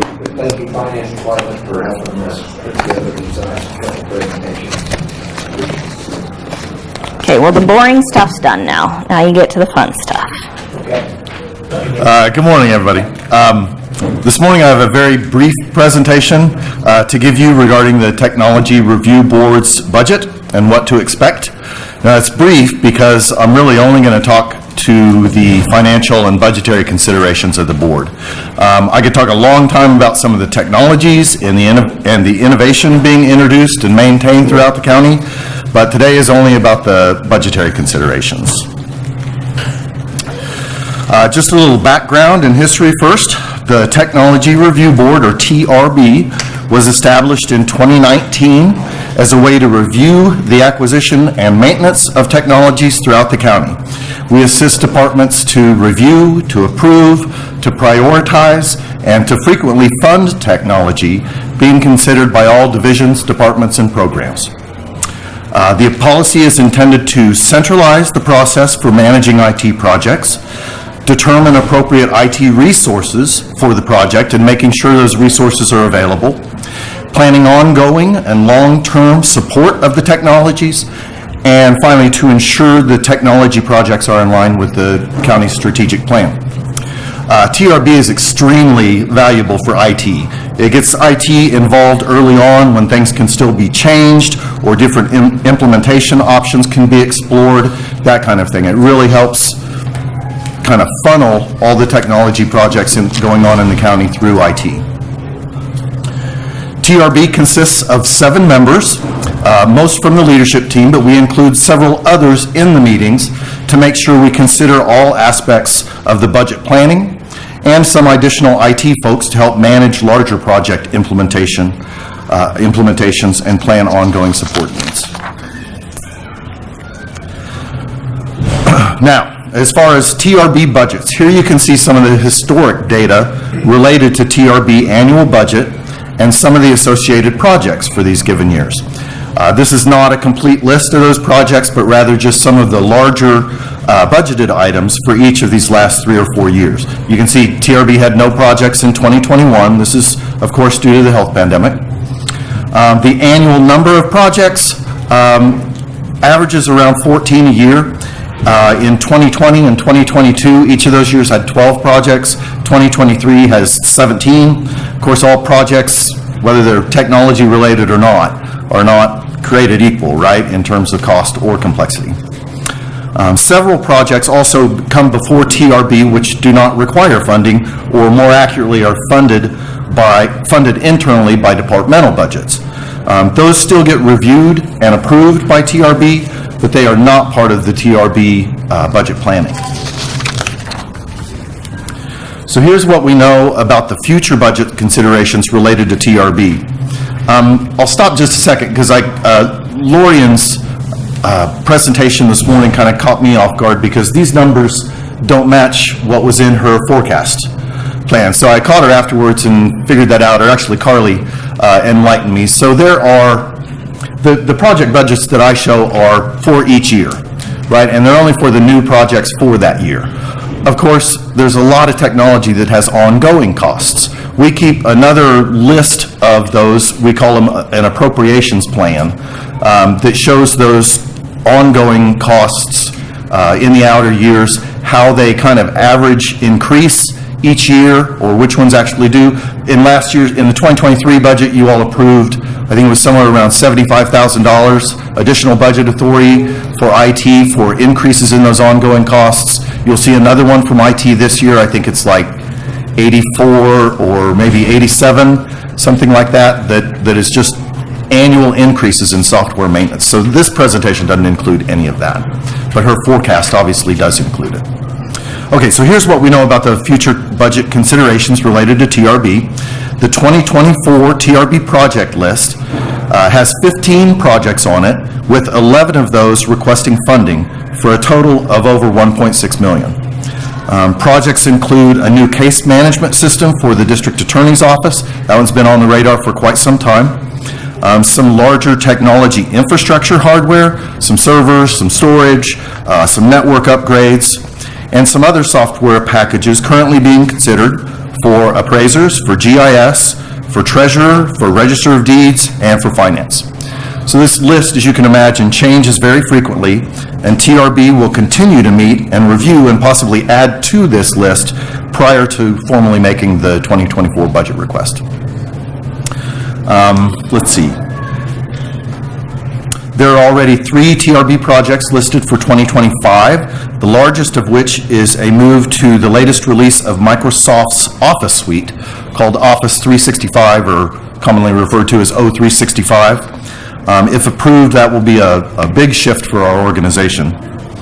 2026 has 1 project listed on it, which is an upgrade to our current timekeeping system, what we refer to as e-timesheet, which goes end of life in March 2027. We don't have a good handle on what that will cost us currently, but annual maintenance of the current system is about $180,000 a year, so we expect that upgrade of that system to be a fairly large number. Again, remember, all projects are budgeted for each year. Most have an annual cost as well in the ongoing years, so TRB considers budget needs for implementations as well as any ongoing associated expenses when reviewing, approving, and planning out our projects. Finally, if you're interested in finding out more about these projects or more about TRB, we do have a website for this. You can reach it from the IT's main page and E-line. It's this box in the lower left. It says Technology Review Board. Once you go in there, their policy is in there, the project list, information about the members, all of that stuff is there. And that's all I have. I'm happy to stand for any questions you may have. Thank you. Since you have a captive audience and basically part of the leadership here, the thing that concerns me often is the vulnerability of our network and our IT. So can you just share 2 things? Can you share how many attacks do we get a day, a week, whatever? Yeah, so cybersecurity is our number 1 priority in IT's strategic plan. The attacks come from all over. I know our email rate is we block about as many emails as we let through. So about 50% of the email that targets Sedgwick County is malicious. We have several, we take a layered approach to our security, so we have several layers to protection, both in terms of the different areas of attack, right? For email or for web traffic or any other kind of traffic that goes through our firewalls. It is a layered approach. I can't really get too specific, but I'm trying to think of the terms of our strategic plan, and it does have the strategies listed on there that we take to address that goal. It does have the measurements that we have in place to assess how we're doing. So I'd be happy to share that with you. That's available on our website as well. I knew the ransomware and the attacks were big, Yeah. but I didn't realize half of our emails are. Yeah. So if one gets through, an employee clicks on it to open, then starts a little bit of a problem. I've seen some communication back and forth. Sure. So if I you, think we could just, we need to let the employees know. Yep. The phishing and the ransomware and all that crap. part of our strategic plan, we send out a monthly, I think it's called Tricks and Tips for IT security. So very common related things about clicking on emails, about what to look for. You'll notice that any email that makes it to you that has a link on it, if you hover over that link, it goes through one of our systems before it goes out to that link. And before we let it out to that link, there's a scale that we have access to that says, is that link malicious or is it not? There's a lot of technology, as you can imagine, surrounding cybersecurity, and we leverage as much as we can afford. Thank you. Just curious, one thing I'm not seeing on the list directly is, I'm just wondering about election equipment. What's the, I know we have to have a replacement plan for that equipment. Yep. I've not seen that anywhere yet. Is there anybody from elections here today? Oh, there's Dawn. Yeah, so there is a, did that go to bid board yet? It got approved by TRB. There were some poll books that were requested last year. They weren't funded, so those are going to be coming before you soon, I believe. They just made it through TRB, and I can't remember the dollar amount on them, but that is in the works. It's like 375 poll book replacements and all the hardware around it, if I'm remembering that right. So if this House bill passes, again, I don't know what the refreshment plan is on election equipment. Let's just say it's a 10-year cycle. We have 1,000 express vote machines. I don't want to wait until a year or two before that and start saving up for that type of purchase. If I can just do a little bit every year and save back for things like, that could be a $10 million purchase, for example, next time we go out. I'm also curious, what's not included in TRB? I mean, for example, I'm pretty sure the judicial courts do not use TRB at all. But yet we have costs that relate to their asks. I guess we have to fund some of those things. I don't know about the DA, sheriff, appraiser. What else is out there that's not part of the TRB? Everything that's purchased by county funds should flow through TRB. Anything related to technology should flow through TRB. You're right, district court does not. But the other offices you mentioned, the sheriff, the electeds, they all come through TRB. So we're not providing anything that they use, technology-wise? To who? To district court? Yeah. No, they traverse our network in some spots. You heard recently that their IT shop is planning to move into the historic courthouse. We met with them just yesterday. We're going to give them some space in our data center.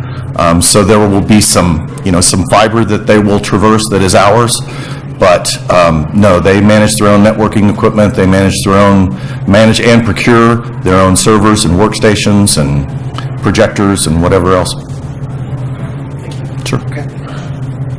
Thank you. Real quick, in the past, Microsoft Office, it was a one-time license purchase. I Right. heard that 365 is the subscription. It is. So is that going to show up on our TRB every year? The subscription cost is over $1 million.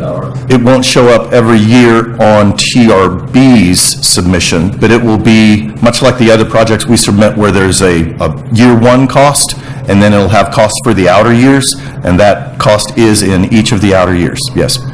Okay. And my second question is back to the courts again. Is everything that the Supreme Court's pushing down to how our courts operate their IT, has that all been worked through so that that's incorporated, or do we have more expenses that are going to come up to make that happen? Are you speaking to the way the state IT department is run? Right. A couple years ago, the Supreme Court directed our court system to use a different IT system. Oh, Odyssey. Is that what? Yes. And your question was about, is that coming along? Implemented now, or do we have any cost in the future for Odyssey? No, I don't believe so. That is not implemented yet. It is still being planned. I think the current go-live date, gosh, I want to say this, what is it, August? Okay, in August of this year. Okay, and so once that we go fully up on Odyssey, then is there going to be additional expenses for the DA to be able to access the information that they need, and the Sheriff's Department and everyone else that's involved? Right, some internal expense, yes, but, so there is an interface between the DA's current system, Justware, to Odyssey. That's being worked on now, and the data exchanges are being worked through now, very successfully, I might add. And then as you saw in 2024, there's a project to replace the DA case management system. So there'll be a new DA records management system, basically case management system, and we'll have to work through that interface. But I believe the RFP is out for that right now, and I believe one of the requirements in that RFP is to support an interface with Odyssey, with the state system. Okay, I don't see any other questions or comments, so thanks a lot, appreciate all you do. You bet. Thank you. Thank you for being a watchdog. Thank you. All right, Commission, now we're ready to kind of get into the third theme of the day. So we talk about CIP, we talk about TRB, now we talk about employees.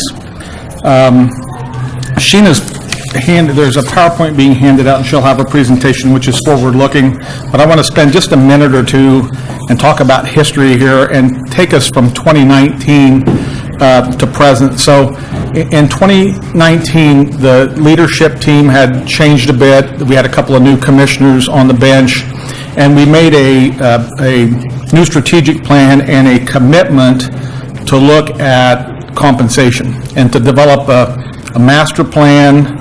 And we were clear when we rolled that, even back in 2019, that this was not going to happen in a single budget year. It was a generational kind of migration toward fixing and adjusting employee compensation, which had taken years to put into the situation it was in 2019.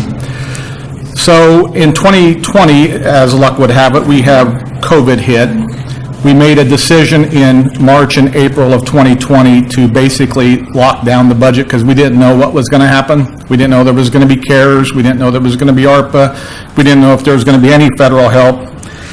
We went through, and every time, and there's 7 main things I want to talk about, and every time I talk about one of these main things, it created tremendous stress on human resource and finance specifically to administratively manage all of these things in addition to routine work. The first thing we did right around Memorial Day in 2020 was we did tactical furloughs of county employees. A lot of crazy stuff was going on in the world then regarding furloughs and management. And we did that in such a way to utilize federal dollars to keep our employees whole while they were on furlough. We made an overt effort to do that, but all of that had to be managed by Sheena and her staff, who it was going to be, how it was going to be managed, how we were going to come back for them and bring the employees back. We also, during that same time period, handed out or administrated COVID stipends. That was the second major off-grid play that we pulled in the county, using initially GF funds and then backed it up and paid for it with CARES funds for qualified employees. Again, that creates a tremendous administrative challenge for human resource and finance to work their way through that, make it fair, make it equitable, and then pull it off. So 2021 rolls around, we give no wage increases because we had made the decision to lock that down, but we moved ahead with the plan to address compensation and continue to develop our recovery plan. Sheena and her staff completed a reclassification analysis in 2021, and then we rolled it at the beginning of 2022 where we reclassified 1,637 positions in this organization. Everybody that wasn't reclassified got a 2% pay bump at the beginning of 2022. During 2021, we crafted the ARPA premium pay plan, which was the 2 bonus administration at the end of during the third and fourth quarter of 2021. We crafted critical pay strategy, and we crafted and developed hiring bonus pilot projects, all of which on the fly, in the middle of this, HR and finance had to craft, manage, and roll. So we finally get to what we think, so phase one is reclassifications, right? We had to do that organizationally. We finally get to what we think is phase two, which is to go in, clean up the flawed reclassifications, because we knew we'd missed some when you're doing an entire organization, and address compression within the work environment. That was the next phase. This all got derailed when we had an economy turn south, a inflation rate began to develop that we couldn't keep up with. We started seeing critical job vacancies. We saw new state money come in for ComCare and corrections we had to react to. So HR staff last year in 2022 crafted, developed, and administrated and rolled 7 new pay plans for all of those impacted areas where there's critical shortage. Everyone in the middle of the year, because commission allowed it, got a 2% pay bump in July or a 1% if they had not been here for 6 months. They rolled that, and everybody else took an 8% general pay plan in the beginning on January 1, 2023. They also rolled a step plan for fire and EMS during 2022. We have rolled that and administrated it. And we have a continuation of critical pay, even in some areas, even today. So now, after a delay, our next phase, and I think what Sheena kind of wants to talk about here, is we got to get back to addressing compression, focus on our incumbent employees and what they're receiving, and make sure that department by department it is equitable, and we have the least amount of compression in the organization that we can manage. So with that, I will turn it over to Sheena, and she will take us through next steps. Thank you, Tom, for that summary and the history. And Gina, before you start, I just want to thank you and your HR staff, along with finance and all the department heads, for all of that work we've done this last year and a half or whatever to overall compensation and individual department recognitions of trying to fix shortages, and it was a real challenge. And I know we all had a lot of discussions, and there's some emotion I'm sure that came through to you and to us and stuff. But from me, thank you and staff for all that we've done. 1,600 out of 3,000 reclassifications and serious work. So thank you for that. Here it goes. Thank you. And I want to echo the chairman's comments. The manager did a great job of summarizing everything that we went through in the last 3 years.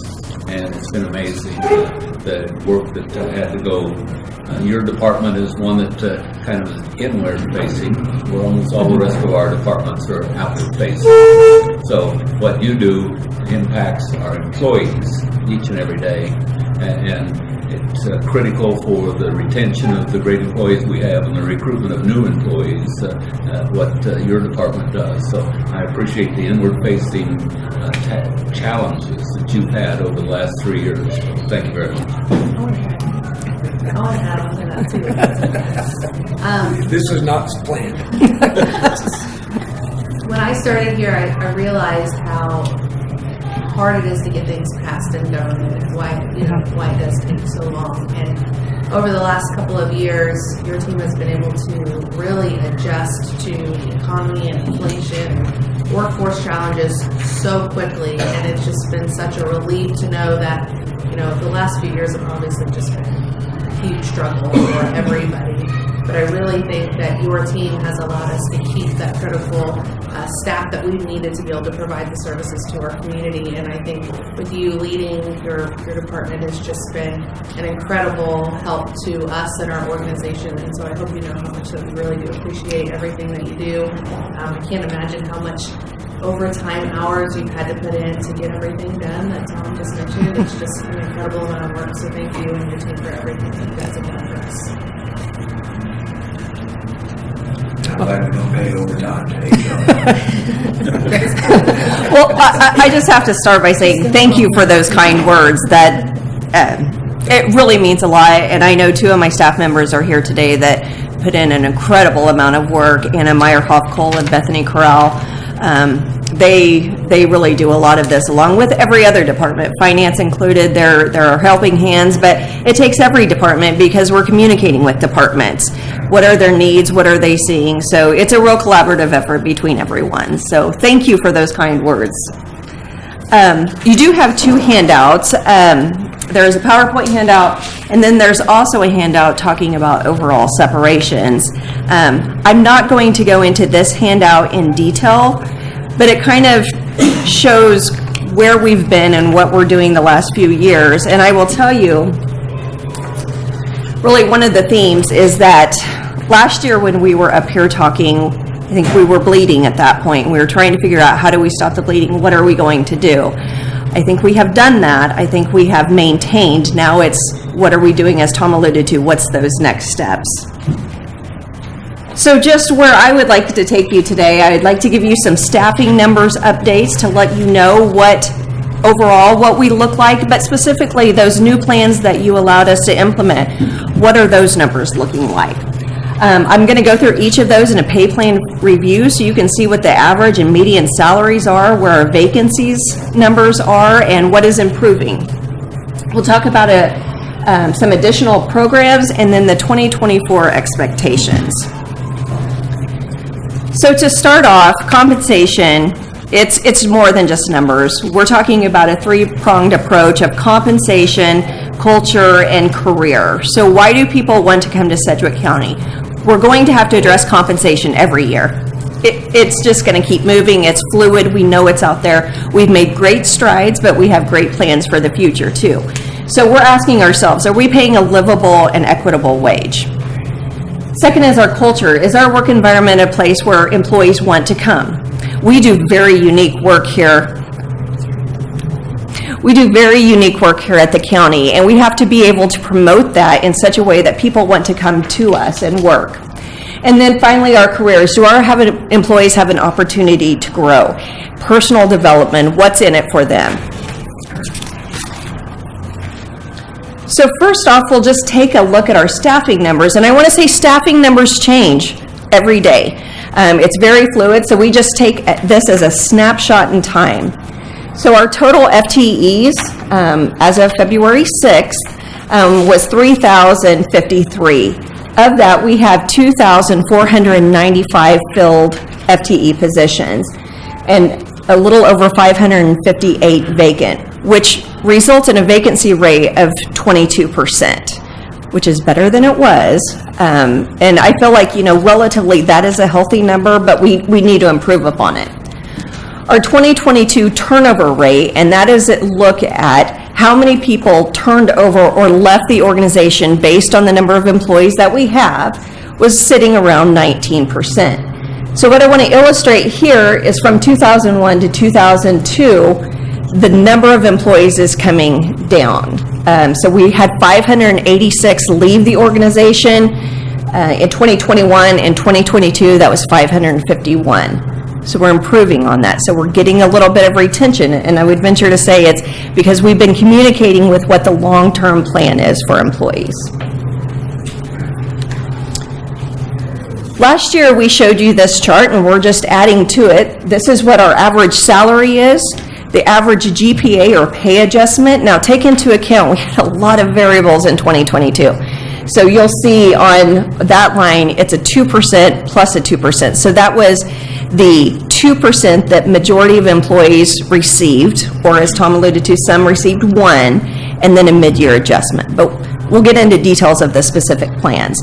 But I just want to back up and show that average salary is continuing to increase. You can see from 22 to 23, we went from $50,017 to $56,063. So we are moving that in that right direction. That 8%, those pay plan changes made a tremendous change in our average salary. The scary part is to look over there at the CPI, and Tom alluded to this as well. We were averaging 1.5% to 2%, and 22 just hit us hard. It's coming down, but again, it's just that snapshot in time of what does that CPI look like. So wages do have to go up because our employees need those salaries so they can purchase goods and services. So what is a livable wage? We talk about this a lot. We talk about this with our consultants. We often hear the comment, I don't make enough to live on. Well, what does that actually mean? So this is information that we take from our consultants. It comes from MIT, so it's very reputable. The federal government uses this as well. And I just want to focus on what is a livable wage for one adult with 0 children. So they indicate that livable wage is $15.03, which is a little over $31,000. So we will keep that in mind as we start moving our projections for our pay scales. You might recall last year we talked about moving those entry-level wages to $15. That was our goal, so we want to keep moving towards that, just so we can reach a benchmark of what a livable wage is. As Tom mentioned, we added 7 new pay plans in 2022. Again, that was a lot of work and effort by many people, but I want to take you through those plans and show you exactly how those were impacted. First was the EMS STEP plan. The 2022 average increase for the employees who were on the plan was 13.84%.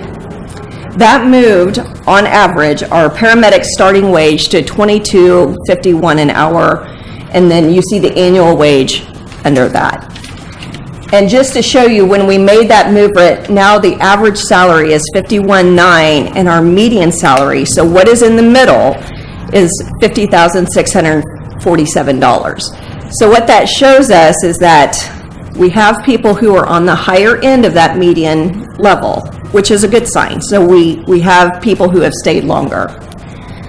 The bottom chart here, and you'll see these on all the slides, again, this is a snapshot in time, 2022 to 2023, the number of vacant positions and what is filled.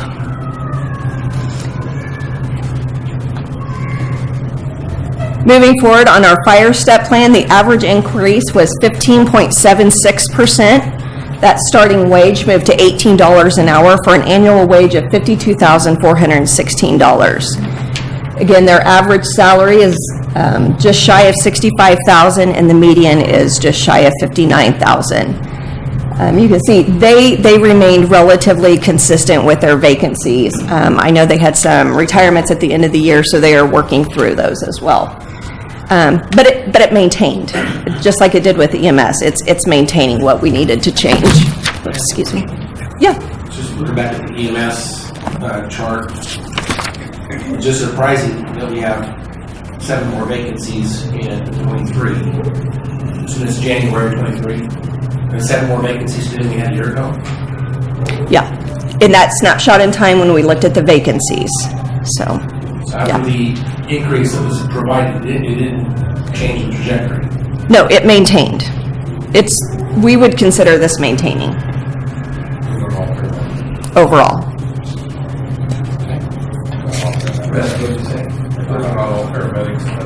All positions who are on the plan, yes. So your EMTs, higher level crew leaders, everyone that's on the plan, yes.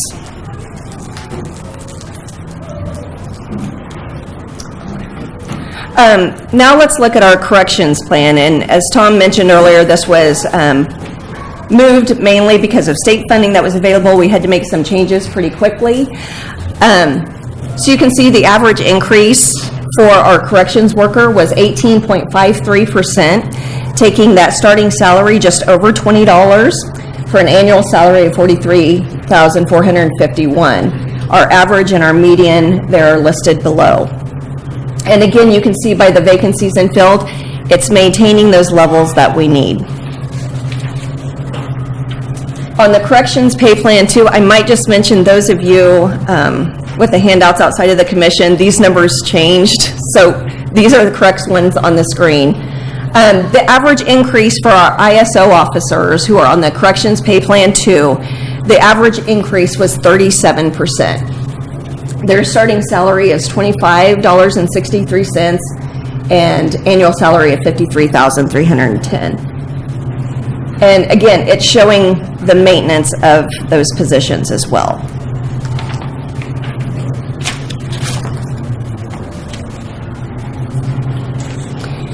This is the ComCare Direct Services Plan, and this is where I can say that we have had an increase in our employees' numbers, and I think that's strictly based off the pay scale change. There are several positions, so I didn't list those out on this screen for what those services are, but you can see their vacancies are going down. The number of filled positions is going up. They added a few positions as well because of those changes into the pay scale, and their average increase was a little over 35%, bringing their average wage to $60,895. So again, this is one area that I would say that we have seen an increase. Staying with ComCare on the support services, again, we changed those. This is a maintenance of that, an average increase of 21.79% on their scale to bring their average salaries to $53,307. But again, it's maintaining their personnel. Our emergency communications plan, you might recall we implemented this very late last year in the fourth quarter, so I don't have the numbers of showing what those numbers are doing. We're in the very early phases of the emergency communications pay plan, but their average increase was 19%. That's moving forward with those call takers and dispatchers as well, bringing up their average and median salaries. And you can see our call takers now are at $18.48 with dispatchers starting $20.49. So again, moving it up very significantly, but also going back, keeping that what is a livable wage in mind as well. The sheriff's pay plan, the average increase, I'm sorry, there shouldn't be a dollar sign in front of that, 20.79%, bringing that average salary up to $69,000. The median is at 66, so again, we have longer-term employees staying above the median. Both our detention deputy and law enforcement officers are now starting at $23.50. So that was a big change that took place on the sheriff's plan. We used to have different wages for those, and we brought those up. And you might recall we were moving the detention deputies up along with the corrections workers. So we were moving all of those at the same time. And again, those numbers are looking better. I know it's a very slow progress, but sheriff's numbers are increasing as well.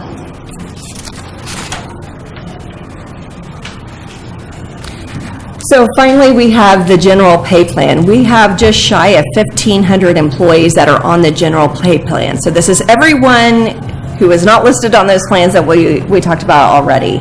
Right now, we have roughly 250 vacancies on that.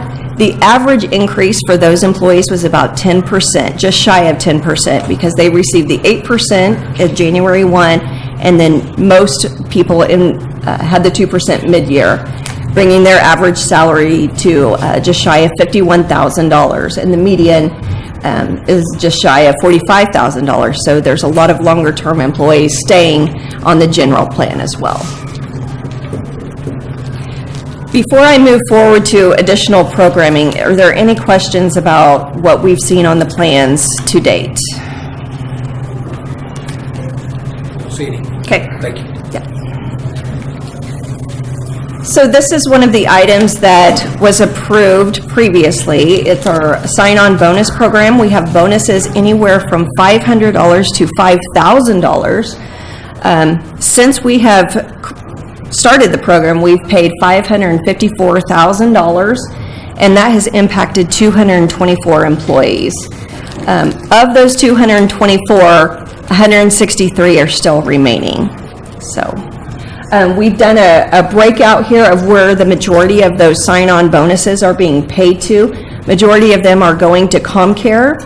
And I think all of that directly relates back to how we implemented their pay plan. They're seeing those salaries go up. They also receive the bonus program. So all of that's really going hand in hand together for those programs.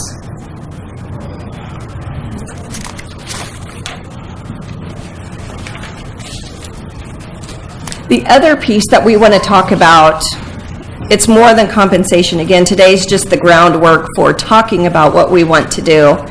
But we need to talk about the culture of the organization and what can we do, what programs can we provide to create a good atmosphere for our employees. So we've talked a lot recently about our diversity, equity, and inclusion, those DEI initiatives that we would like to put forward. You will hear a lot more about that in the future moving forward. We talk about having an inclusive work environment. What does that mean? How do employees feel themselves within their work unit, within the organization? Do they feel welcomed here? Do they feel like their input's valid? Also, accepting environment. Again, we're reaching out to those employees, talking to them, what do you want in a workplace? And this is what we are hearing back. We also talk about the work environment. That's their setting, the social features, physical conditions, emotional environment. How's your office? How's your chair? How's your desk? What are the conditions? Are you greeted in the morning? All of these things add to our culture. So it's more than just the paycheck. It's how are we treating those employees when they come on board? And also training and personal growth opportunities. In human resources, we will be taking a strong initiative with that in 2023, starting up some new systems to help employees with their personal growth and development. I'll also add, last year we also included some more programming for employees as well. You might recall we changed the life insurance. We also changed dental plans. So we're doing little benefits like that will help employees along the way. Another piece to this is recruitment. So again, as we move those wages up, how do we promote our environment? So we have an increased social media presence. We were awarded some ARPA funding, and what we have done with that is we're on Indeed now, but now we have a LinkedIn recruiter seat that we can go out and seek potential candidates for positions. We're also on Glassdoor. I'll jump down to the last bullet point. We were able to hire a full-time recruiter, which was something that we did not have as an organization. And our recruiter, David Donovan, is able to reach out to every different department and say, what is your need? How can I help you? And he works through all of these issues with departments when they have these vacancies. We're also able to go out and do recruiting through job fairs and an online presence as well. That was something that we in HR, we just didn't have the capacity to do before. And departments were doing it on their own, but we've been able to bring it together and really work together as a team now to promote Sedgwick County. So we might hear of someone who is looking for a job and they have interest here, but we might have availability over here that works with their skill set. So we're able to pull all of that together now. We're also working on new recruiting and branding. So how are we going to promote Sedgwick County? So we're in the process of working with communications. We're going to be doing some more photos of employees, really putting them out there, promoting what a great place Sedgwick County is. Another initiative that we have briefed the commission with yesterday is the idea of a paid parental leave program. It will promote the importance of parental bonding and healthy families. It will also address some of those child care concerns that we've heard from employees. It's very hard to find daycare. What do we do with infants? Things of that nature. We'll be proposing an 8-week paid leave with an application process that's very similar to FML. So that is in the works with discussions. And again, creating that workplace culture. We talked last year about bilingual pay, and I'm happy to say that we're actually in the process of working through a policy change that we will bring to the Policy Review Committee that addresses bilingual pay. How do we put this within our policies, and how can we attract candidates that help us better serve the community?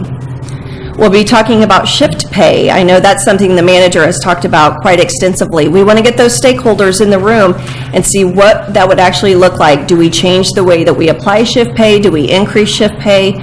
What is it that we need to do with that? So we'll take a strong look at that in the upcoming year. Also, department policy updates. We're going to be encouraging the departments to look at your policies. Are they relevant to today's workforce? Are there things that you need to change or update in your policies to make that work environment more inclusive? We'll look at longevity pay. Currently, there is only a small number of employees that receive this. I know the manager has mentioned this several times. Let's take a look at it. How do we retain employees who are working with us right now? And then I know at the bottom the commission wanted to have a future holiday discussion, so we'll have workshops moving forward in the future on that. And finally, in 2024, what can we look forward to? I'll first say We have information for you in a future workshop, so I'm not going to go into great detail today. But currently, we have a structure analysis going on for the general pay plan. Last year, again, with all the new pay plans that we approved, we took a strong look at public safety and some of those very critical areas that were having large amount of vacancies. This was part of our strategic plan, so we are working through this analysis. So far, we've had focus groups with employees and supervisors and managers, so everyone has had a chance to give an input on that. There was a completion of a JAT, it's a job analysis tool, by all employees on the general pay plan, so we could help understand what their jobs were. Those were reviewed by managers. Managers had a chance to give feedback. We also had MIT, which is management issues, for other job duties. So if a manager had concerns about a certain classification or a certain job, they had the opportunity to provide that feedback. We're also collecting market information on these positions, so we know if we look in a structured analysis, we want to make sure that we're comparing that against market salaries as well.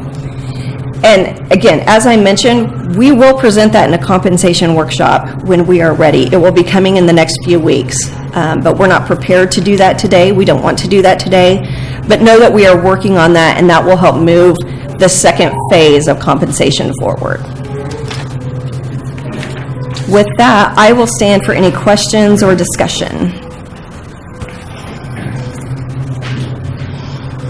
Sheena, thank you. Appreciate it. This is a really detailed presentation, so I appreciate the work your staff put into it. I also would say that while I wasn't here last year, I appreciate what the previous commission has done. Take substantial steps to shore up some of the staffing and stability, and there were some significant improvements that were made, so I appreciate the last commission that did that. One of the things you mentioned was the compression, and I know we're going to have a future workshop. Have you, as your staff, been able to identify the specific departments or job classifications or even individuals where we see compression? Have you been able to identify those yet? And are you going to present those in a future workshop? Or? Yes. Okay, so they've been identified and we kind of know where we need to target. Yes. And focus. Okay, very good. Thank you.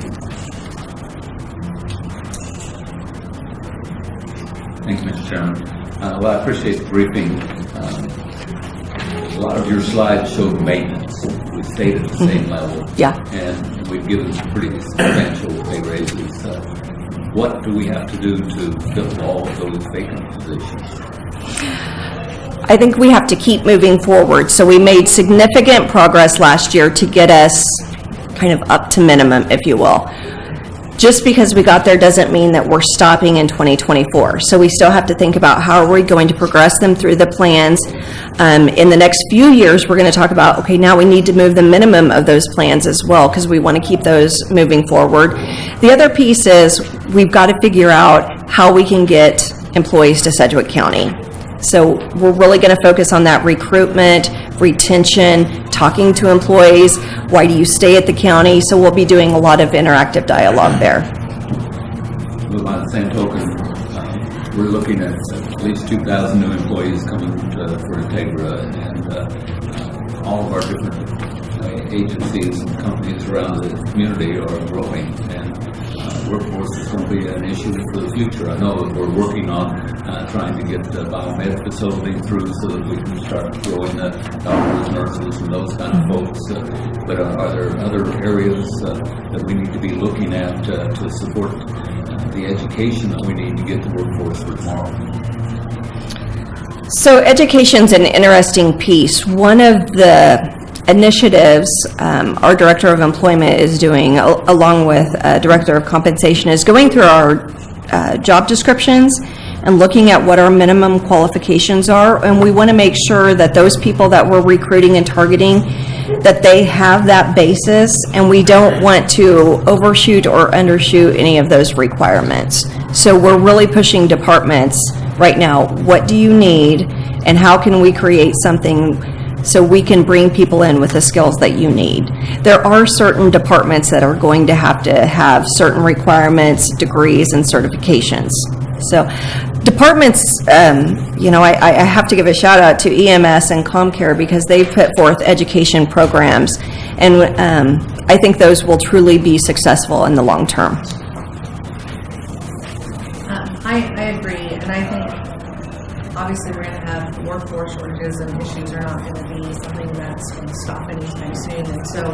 we're addressing compensation, which I think is a huge part of it. I think the workforce culture, just the work culture, like we were talking about in your slides, is going to be incredibly important. And what benefits are we offering to stay competitive? And so the parental leave is huge. I'd love to see that on there. I think keeping up with the state, 8 weeks is so good that it's even comparable to some of our non-governmental agencies, which is not something that we get to always do. So thank you for putting that together, and I know that's been working on that the last year, so I appreciate that. But I do think working on the culture of the workplace is going to be significant going forward, so I'm really happy to see that you've addressed that here and look forward to hearing more about that going forward. I give one final comment, and I've mentioned it to you a number of times, but now we've got a wider audience. I want to make sure it stays forefront, and that's childcare. What do we do? We've got so many departments that work 24/7, 365. What are we going to do for the future to make sure that we can recruit the employees that we need? And when you can go, and I told you this the other day, when you can flip hamburgers for more money than what you pay a child care worker, and we need to figure out how that we're going to provide some kind of child care and who we can team up with in order to be able to do that. So that's something that I'll continue to talk about. Thank you. Any other comments? Questions? Thank you, Sheena. What else? That's what I have for you today, just kind of laying the groundwork.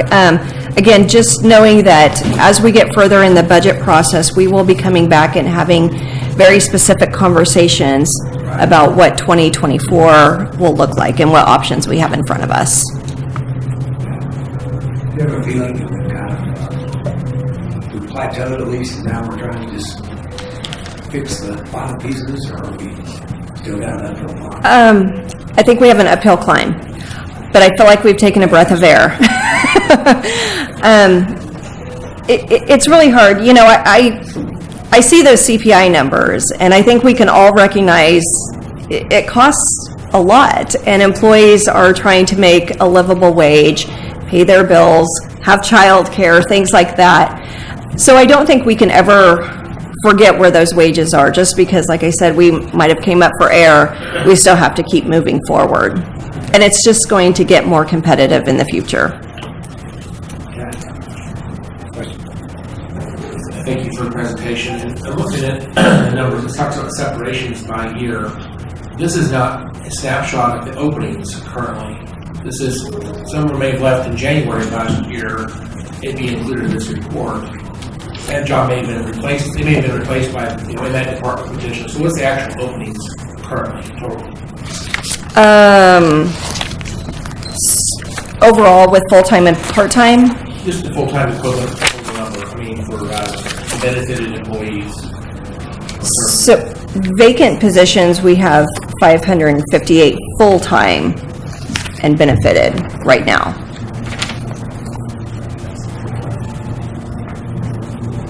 Openings. Okay. Is that what you're asking? No, I don't know that I did. I mean, you showed 551 separations. Actually, 533 separations over 2022. And you had a slide on the end of this. So these total separations are all separations of all employees. The number of current vacancies that are on slide 4, those are just full-time benefited. So this is showing everything. This is just full-time.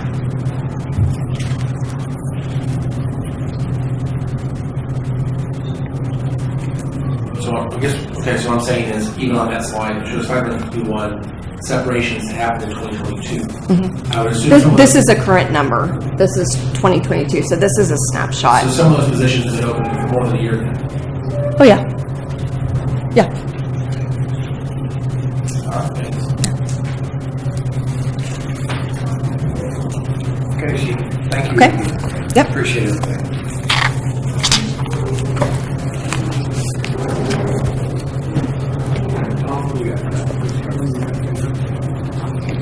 Okay, so we more than made up for time. And I just want to say you must like Sheena a lot better because she didn't get nearly as many questions or grilled as much as I did. So whatever. We'll discuss that later. So take it down. Oh, I thought you were just being snippy with me. So we are supposed to have lunch at 1 o'clock. It sounds like that food will actually be delivered here between 12:30 and 12:45. So we're just going to go on break between now and then. When the food comes in, it'll be lined up here. It's box lunch. So we'll grab those and we'll just try and start our next session a little bit earlier. So I guess until you see food show up, you're on your own. Any other summary comments? Thank you. This has been great. It's been very good. Good overall. Thank you. We are to the last session of the day, and we are in good shape on time. We were planning to start at 1:30. We got 1:15, so we're ahead of schedule. This portion of the workshop is a chance to hear from commissioners on things that they haven't heard as of yet. So we go through TRB, we go through, you see, you've got the landscape of CIP, you've got landscape of compensation, and we've already heard, we know we need a workshop on compensation, so that's another thing I want you thinking about is what do you want extracted and have a workshop on specifically before end of day, and we'll talk again a little bit about this next Tuesday again at staff. So this is a chance for commissioners to weigh in on topics and go off the grid on things that they see as priorities that we haven't talked about so far today, and we know they exist. Staff will start it off with the whole topic of mental health, substance abuse, and homelessness, because we talk a lot about it. There is a lot of action happening on that, and so Tim will come up and moderate that, and then he'll have specific questions for commissioners, and the chairman, if you could just manage the mic there for commissioners so everybody gets heard, and then we'll try to talk about that topic, and then any other topic. We have no other planned topics, but any other topic that the commission wants to probe, now is the time. So with that, Tim, start us up, and did I forget anything, Lindsay? Are you good? Okay. Yeah, we will have, on staff on Tuesday at 10 o'clock, we will have any kind of catch-up, or when you have something comes up to you over the weekend that we missed today or didn't stress today, you'll have an opportunity again Tuesday to bring that up. So.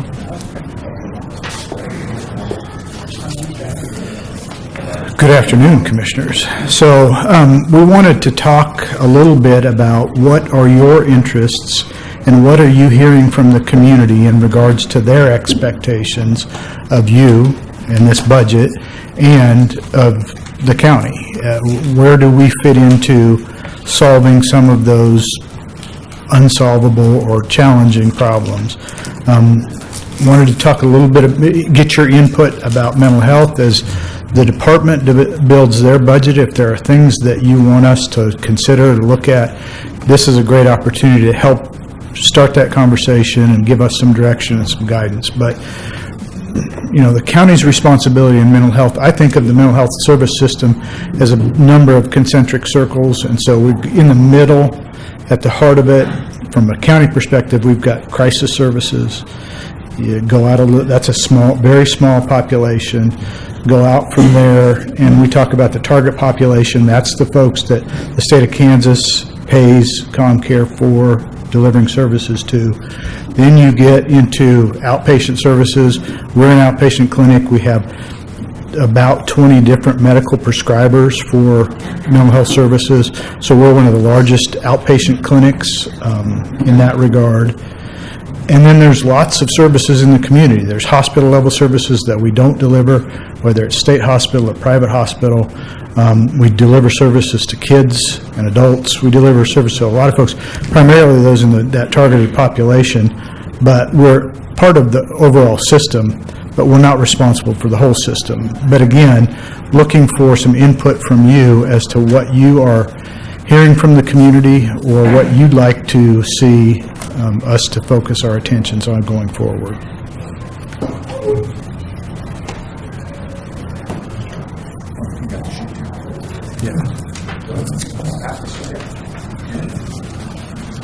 Thank you, Tim. So the general question of what we're hearing from the community, I can speak for my district in particular, things that I heard coming fresh out of the campaign as the new guy here is two things primarily that I heard frequently, and they're challenging. One is we need property tax relief. And the same people that are telling me property tax relief, the next sentence would also say do something about mental health. And that's incredibly challenging when you talk about a limited bucket of resources. So one of the things I'll talk to you about, Joe and I have talked about, is I think it would be helpful if we were able to wave the magic wand to actually give us an idea of what, not that we could accomplish this, but what does the county's A game look like? If we could wave the wand, what does that specifically, can we get a definition of this is what the services would look like, this is what the infrastructure would look like? Not that we could accomplish those things, but it gives us a barometer of this is what the best foot forward could look like. I just think it'd be helpful to define that, not just for this commission, but even for our community of what could be. And right now, I think for a new person in the room, I think it's very vague of exactly what is our A game? What could that look like? And again, I'm saying that knowing this is limited resources that we may not ever be able to accomplish the perfect utopian scenario, but I think it's helpful to define this is the ultimate game that we could play. This is the ultimate strategy we could put forward. I think it would be helpful to define that. If we could wave the wand, this is what it would look like.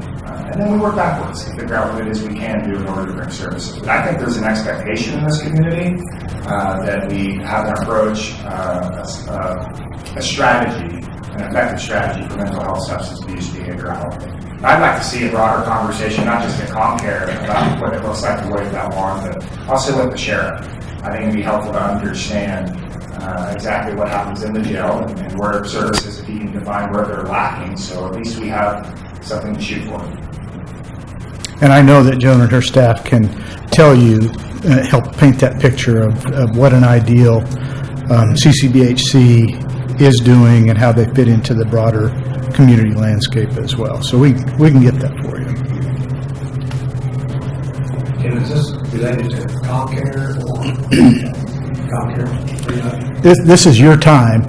I can provide you a few answers about ComCare, but whatever else you're interested in, we can talk about that too. Well, we're going to have a workshop. One of the things that troubles me, and maybe just need to understand it better, is these 14 or 15 or 16 agencies that we provide and pay for the services on behalf of the state. Maybe if we can have a more holistic discussion about and is there any options for how we can either work with our state counterparts to adjust that or be a part of them? I think Commissioner Dennis last night was able to understand further about the Forensic Science Center. So I think just an understanding, and maybe it's just a deal where, okay, well, this is what, we just have to do this for the betterment of the community, and we have to pony up and continue to do it. Or is there a chance? So I think that's one thing that probably many will come and follow right there. That if we're going to talk about something. And the other thing I'd have, two things, is the conversation discussion. Sheena did a nice job of showing all these departments and where we're lacking or whatever. If it's not being offensive to other departments, I'd like to have a grasp of really, we kind of knew we had a shortage in the EMS world. We knew we had a shortage in the sheriff's world. I'd almost like to try to know if we could prioritize. And some of these departments are still surviving and functioning and delivering services with this shortage of staffing shortage. But I don't know if Sheena and the group is going to be able to kind of prioritize what department's most important when they all think they're all important, but what's our severity crisis that we've already experienced. So anyway, there's a couple of things. Thank you. Well, as I look at the Biomed Center, because that's kind of going to be a focus of where a lot of our services are going to come get staffing from in the future. And we've talked off and on about making sure that the ComCare Crisis Center is co-located with it, but I keep hearing little tidbits about the health department also going over there. But then I don't understand what the broad scope is for the future, because over on 9th Street, where the health department's at, if they move out, and then KU moves out, is there some kind of an idea of what's going to happen to that area where those folks are located? So, and what would it cost us to put the health department there? Because the health department's a pretty big operation, and it's spread out. So I don't have a good grasp of what our goal is on the biomed center as far as the health department. I am a very big supporter of the biomed center because it's going to give us the workforce of tomorrow. So I want to make sure that we keep that at the forefront. As far as mental health, as we move forward, as I walk around, last night I was at an event and people were talking about different locations for regional mental health facilities. But again, and I try and explain to them that's something that's going to be worked through the RFP process. So I can't talk about it, and there's some great ideas that people bring up to me, but I can't comment on them. But, so as we move forward, I want to make sure that we do it the proper way, so that if we do get the funding, that we can move forward and not have some kind of legal stumbling blocks. Another thing that they discussed with me last night when I was over at WABA, we really need to work our partnerships, I think, a little bit better. I had brought up to me that the workforce of tomorrow, there are a lot of people that can't drive. And I know that Commissioner Howell has been working on driver's license and so forth, but it's not just can't drive. We don't have good public transportation, so that's going to require partnerships with the city of Wichita, because we don't provide transportation within the city. I had explained to them we're not going to do that, but we can work partners with the city of Wichita. But if someone doesn't have a driver's license and can't get public transportation, how do we get them out to WSU and every place else that we need to get them so that we can get the workforce of tomorrow? I also agree with property tax relief. I think it's important, but remember, our mill levy is about the lowest mill levy that's going to show up on anybody's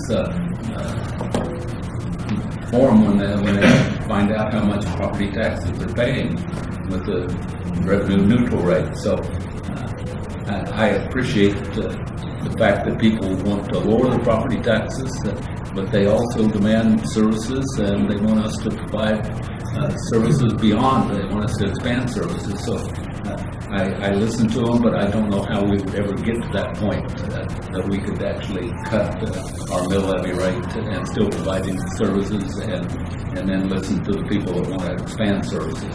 So I've got some other items here that we'll talk about when we get to other areas but that's my take on the mental health. Thank you. So for mental health, I think, in my opinion, staffing is going to continue to be needs to be our number one. We need to make sure that we're able to retain the staff that we have and recruit new people in as well. I do think I would love to have Joan come in and do like a deep dive of ComCare, especially after like all the changes with CCHBC and everything, and just kind of give an update on where we're at and the services we're providing, and hear from her what she thinks she needs from us, so we have a better understanding. Because we can say all day what we think she needs, but it would be a lot more helpful if we could hear what she actually needs and then go from there. So I would love to have her come and talk with us about that. So for mental health, that's where I'm at. Okay.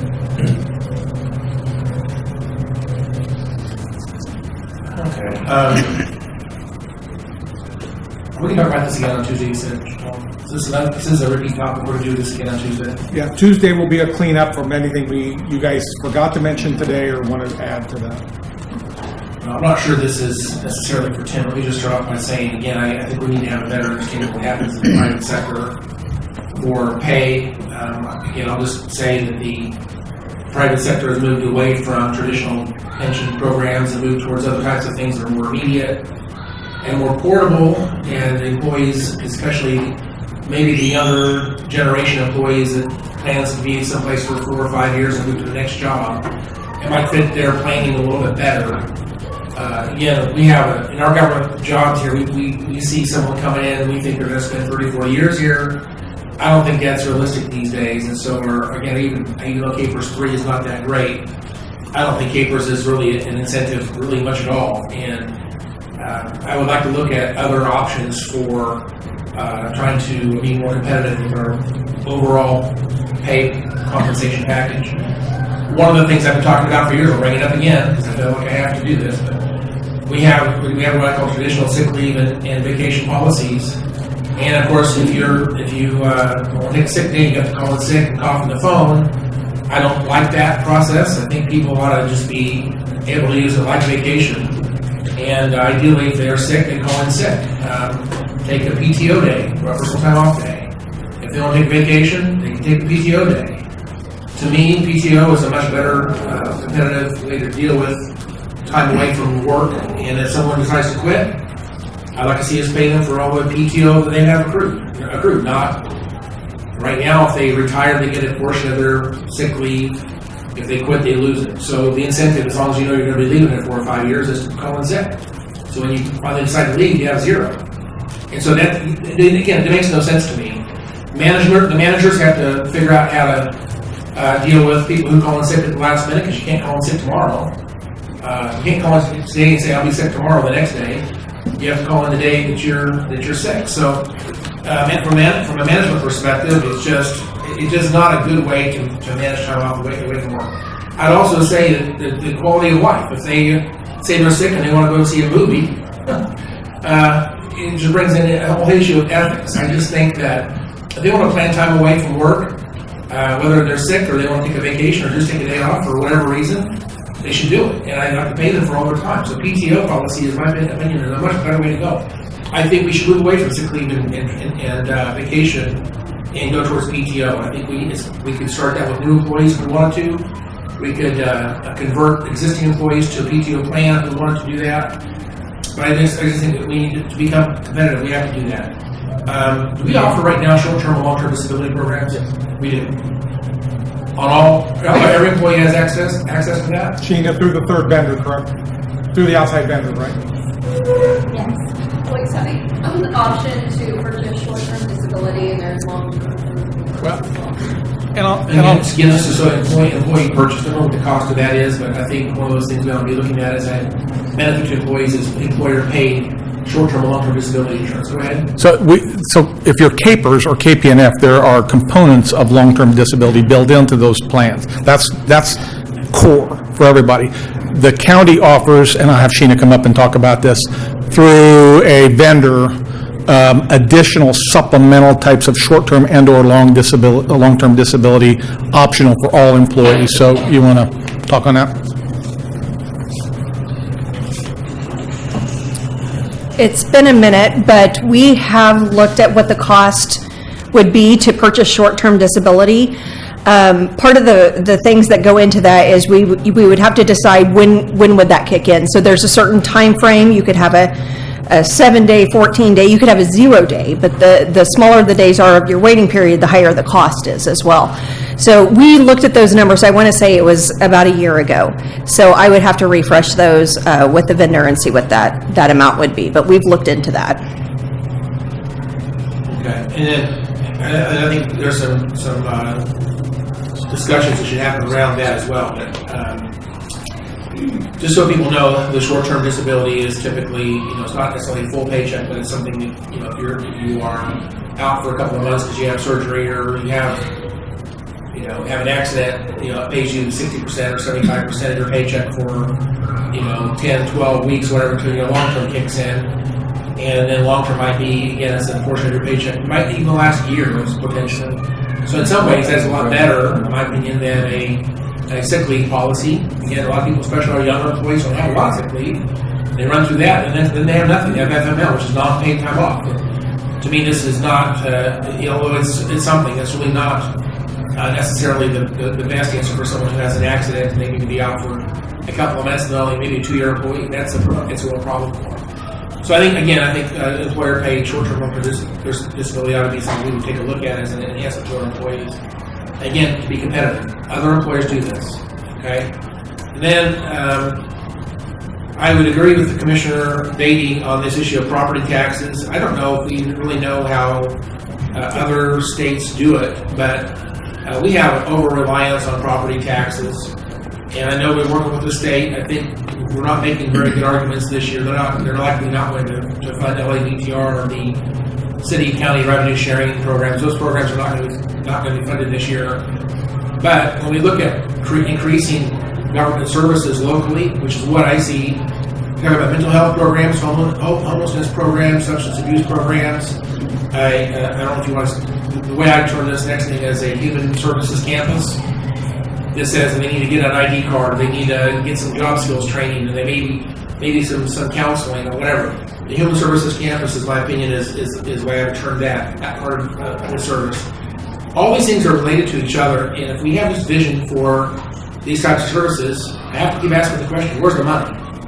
If we're going to look to the state and federal government to solve this problem, I don't know that we'll ever get there. And I would also make the argument we have an out-migration of tax dollars. We pay more taxes to the state and federal government than we get back in terms of grants. So I have to ask the question. Again, I don't want to use property taxes because I really hate them. But I think it's reasonable to ask our community, do you want Sedgwick County to be the leader and solve these issues to the best of our ability with programs that you support, that are effective, that have performance measures, that work with the private sector to deliver services. They capture insurance dollars to the greatest amount possible. But at the end of the day, there's going to be a shortfall of money that's going to be required to make these programs work. And the question is that going to be a local tax? And if so, what's that form of that tax? And if we're going to do that, we should ask the taxpayers to agree or disagree. And if they say they don't want to do that, that's a great answer. I mean, I don't want to twist their arm and say you have to vote for this. Certainly not. But if they want this to be fixed, and knowing this revenue does not exist in our current budget, it doesn't. There is not money in the budget to do what I just described a minute ago. I think it's up to us to present to the taxpayers an option saying you can vote yes, and here's what's going to happen. Package up the vision. Here's what's going to happen if you vote yes. And here's how you can be sure that your government's doing the things you want them to do in a way that you can trust and not wasting your money. Or you can vote no, and you're not going to have tax increases. We will not address these issues because you didn't want to fund them. To me, putting that in front of the voters is what we have to do as leaders. I don't want to pretend to know what the numbers would be. Let me ask a question right now. The 1 cent sales tax currently collected by Sedgwick County that goes to other cities besides Wichita and Sedgwick County, is that money being used for infrastructure?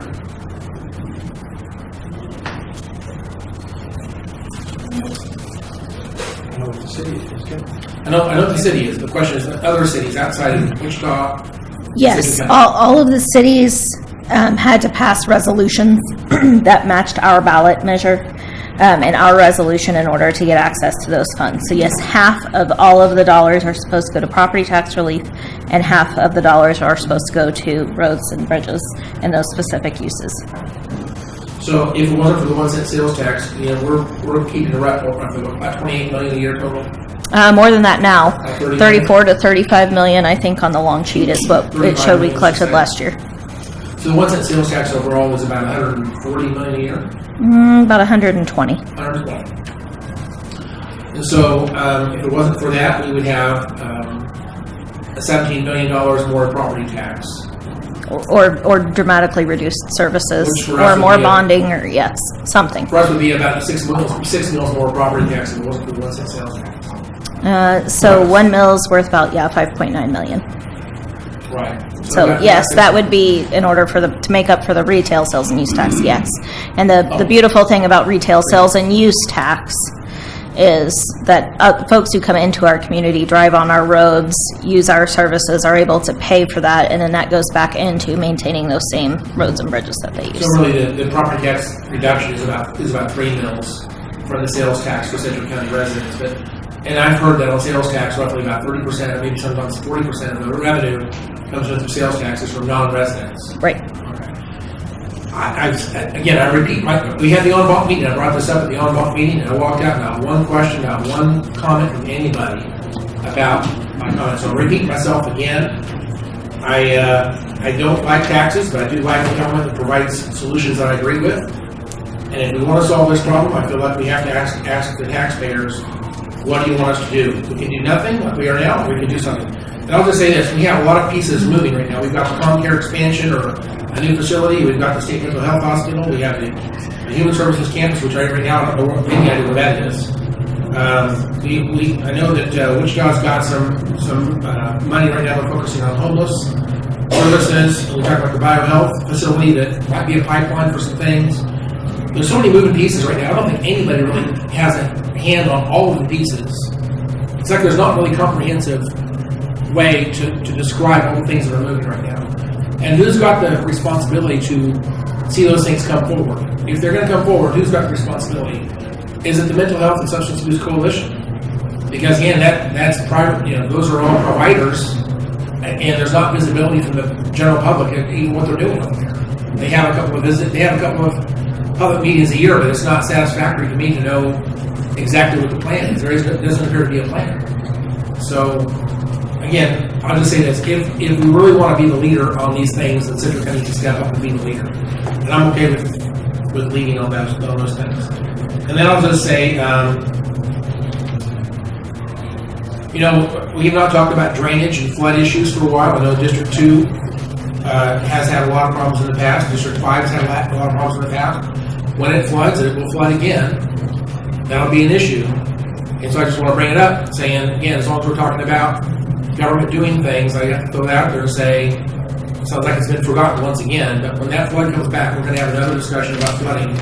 I feel like every time it floods, we dust off those conversations, but I'm not happy with the fact that it just sits on the back burner until we have another flood. I think we should be trying to do something with that more comprehensively. And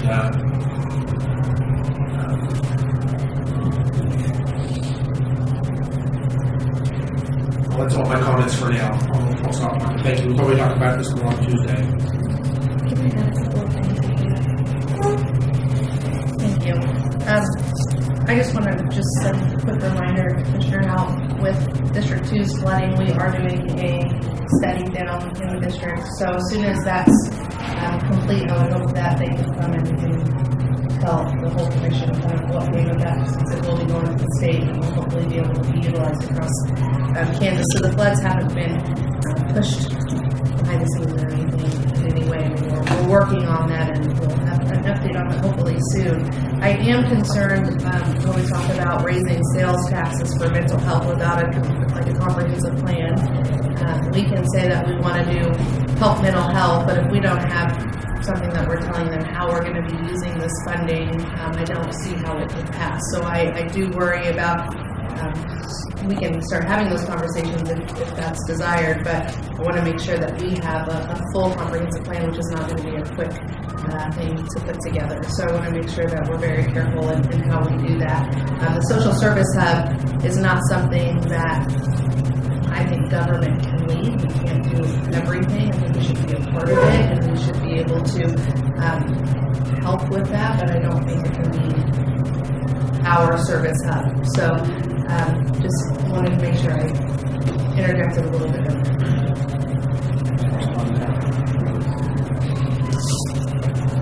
Thank you, Commissioner Lopez, for the comments. I agree that study is happening, but then again, there's no revenue necessarily to address anything they come up with. And we've had studies done there in the past. I've got 2 studies on my desk right now that there's over $1 billion of things that were identified by the study that's on my shelf.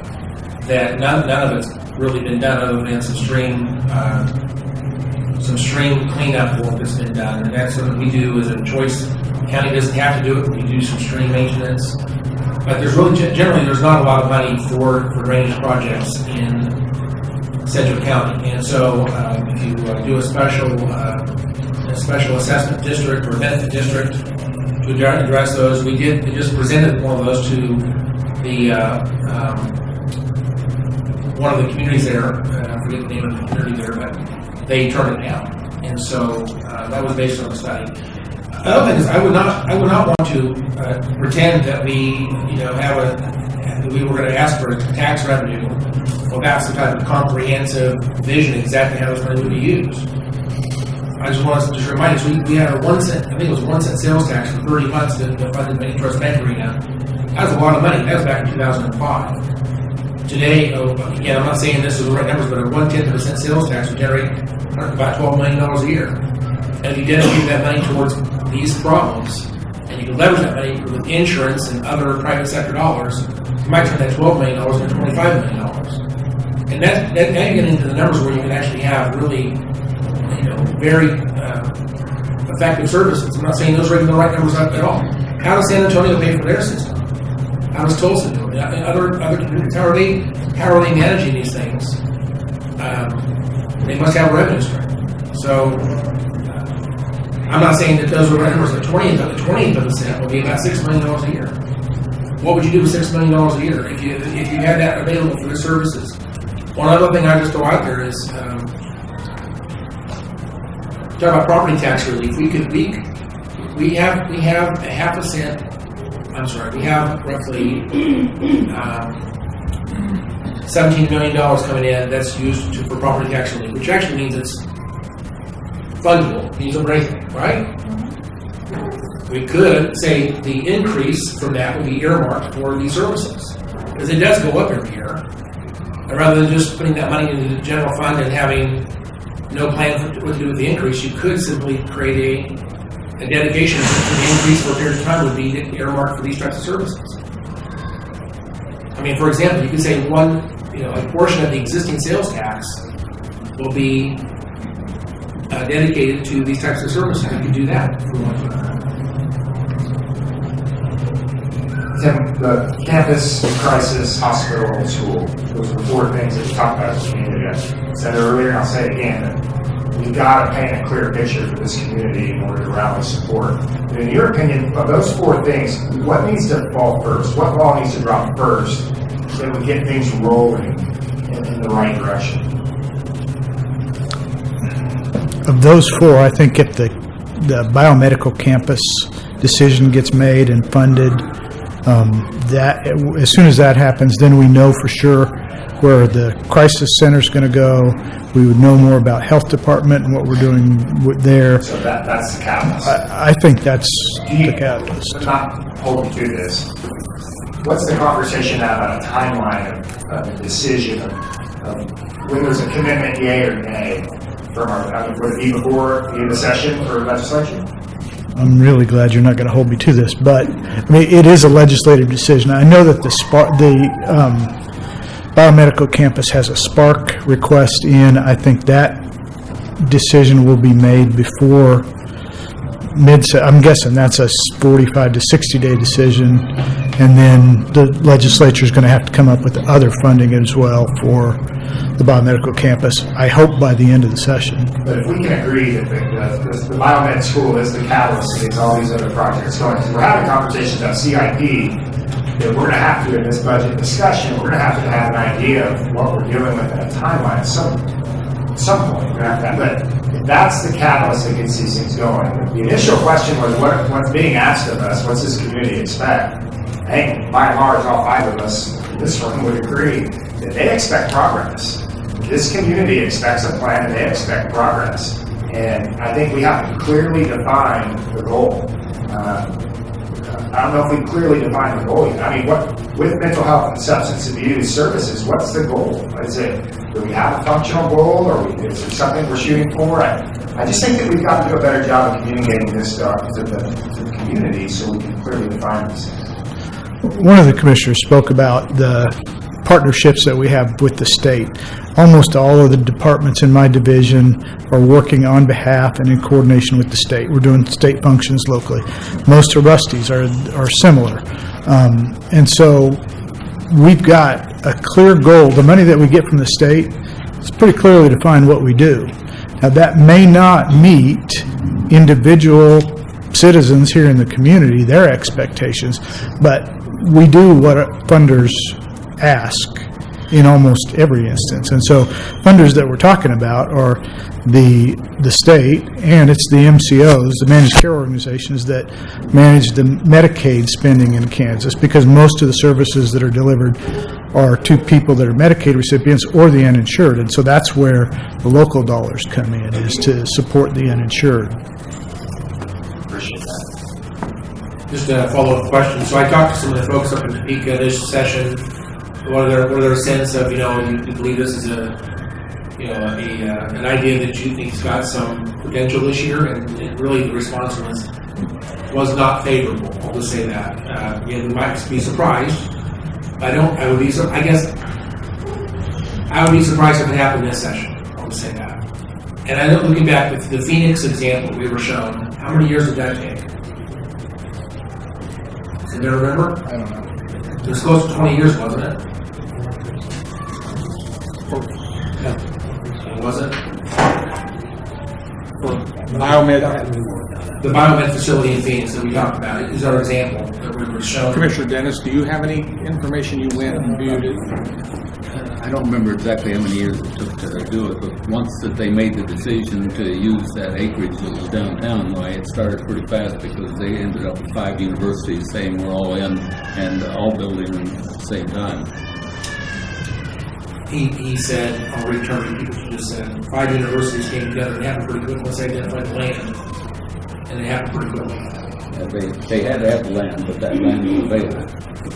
I guess my thought is, if we don't have a sense that this is going to happen in the next year or two, we need to move forward with a home care facility outside the biomedical facility. Because we don't need to wait. The one thing I didn't even mention was mobile mental health. We have low-hanging fruit. I think ICT-1's on fumes. I don't know what's going on with ICT-1 at this point. But if we're going to deal with mobile mental health, again, that's low-hanging fruit. We should almost start with that. But there's not money in the budget to really expand the existing model, I don't think. So, again, without some type of, unless we find money in the budget somewhere, again, I think we're short on money this year. There's a shortfall. If I understand correctly, the budget's going to be challenging. I don't know where the money's going to come from for any of these ideas. So, just as a wrap-up conversation, I think we're all wanting to see this happen. It is truly a money problem. It's a financial problem. Thank you. Other comments? I think, and again, I think another workshop that I guess would be a follow-up is kind of throw it all out there on the potential CIP projects, near-term and long-term, and both small and large, and then partnerships. I don't know if we get our hands around without talking to WSU, KU, but with Integra, we sit on the sideline, NDA, and then not knowing for sure what our percentage or dollar value of participation may be. So I think it's a good grasp for the commission to understand in the Biomed Center. Is it us moving our crisis center into that campus, and is that $15.5 million, or is there an expectation of more? And we also know that there's stuff coming at us related maybe to what this part might be on the north side of this facility, or some of those things. So I think it's just a good idea, I think, to really understand our near and long-term CIP projects. It's a good idea. Yeah. When we talked with Joan about kind of comm care and mental health just in general, I don't know if it needs to be the same conversation or if it needs to be split off, but Commissioner Howell hit on an important part, I think, with mobile mental health, because a lot of people think ICT-1 is what we do and that's all we do, and there's so much more to mobile mental health than that. So I just want to make sure that that's getting out into the community, that it is more than ICT-1, and maybe just a refresher, especially after everything the task force did. They really beefed some of that stuff up, and so I just think it'd be a good idea to talk about that. Yeah, absolutely. Thank you. Well, I keep hearing a lot of things about expanding ICT-1, but I don't think the public understands that CommCare does have folks that dispatch at night. But my worry there is that they're using POVs to dispatch, last I heard. And I think that puts us at a liability by using personal vehicle to do that. So before we go into a full-scale trying to expand ICT-1, we need to make sure that we're protecting our staff that's going out in the middle of the night driving POVs, going out to someone's house that's in crisis. I guess, just to comment on that, I'm under the understanding that our current mobile mental health actually has county vehicle assigned to it, true? Depending on the number of dispatches, we try and use county cars first, county vans first, but there may be times when we've got people in personal vehicles responding as well. And then we've got a whole fleet of field-based staff that are using their personal vehicle to do that case management as well. I'd like to make just two final comments. I say final, probably not being too clear. But I'm really not necessarily in favor of any type of tax increase. I just think that people need to have a choice. I want people to tell us what they want to do. Let me be clear. I'm okay with yes or no. But I just think that people are clamoring for us to do something, and there's no such thing as free government. They want government to provide a service, they have to pay for it. And I don't think there's money in the budget to shift money around to cover these costs. And so I'm okay with yes or no. I'm not, so if someone wants to mischaracterize me and say he's asking for a tax increase, no, I'm not. I'm actually saying I think as leaders we have a responsibility to put this in front of the voters. Now, it wasn't too long ago we talked about, I think it was talked about behind closed doors, but 1 cent sales tax to replace the downtown Century 2 and Convention Center, things like that. That's $1 billion proposal to invest $1 billion in new buildings downtown. That was going to be a sales tax question. It never got that far. My question would be, do people value a new convention center, a new Century 2, new performing arts more than they value solutions to mental health? I don't know. I think our job is to put this in front of the people and see what people tell us to do. And whatever they tell us to do, we'll go do it. And what we do has to be efficient and effective and as performance measures to prove to them we're not wasting their money doing the services that they want. And so again, my goal is to put this in front of the people so we know what they want us to do. And finally, there was a new discussion today, which I've not heard before. Maybe I just missed it, but this idea that we're going to be replacing the health department with a new facility, is that something that's got a discussion that I don't know about? That is, in discussion of the biomed campus, the commission's discussion thus far has centered around crisis going there. Within the last few weeks, there's been a mention that there's an interest that maybe health should come along. The commission has not vetted that at all. I think as the biomed campus project matures, that may or may not, that was a flippant comment from Wichita State, that, gosh, maybe we should have the health department there. It does make some logistical sense to me, but we have not vetted that at all as a county, or as, you guys haven't done it as a commission.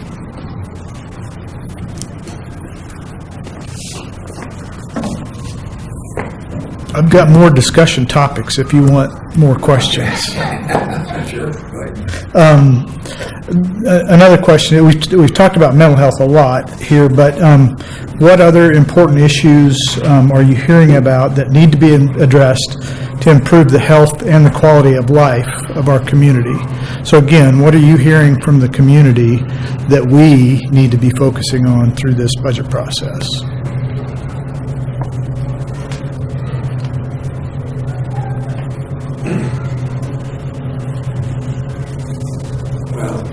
We all have different districts and we all have different sources of input. Probably it's not really a problem. It's a little bit of a challenge, but it's a little bit of a momentum. I think some of the feedback I get from people on County is that they're excited about the recent and the forward-looking economic development impact of the region. But I'm not sure how much that involves us.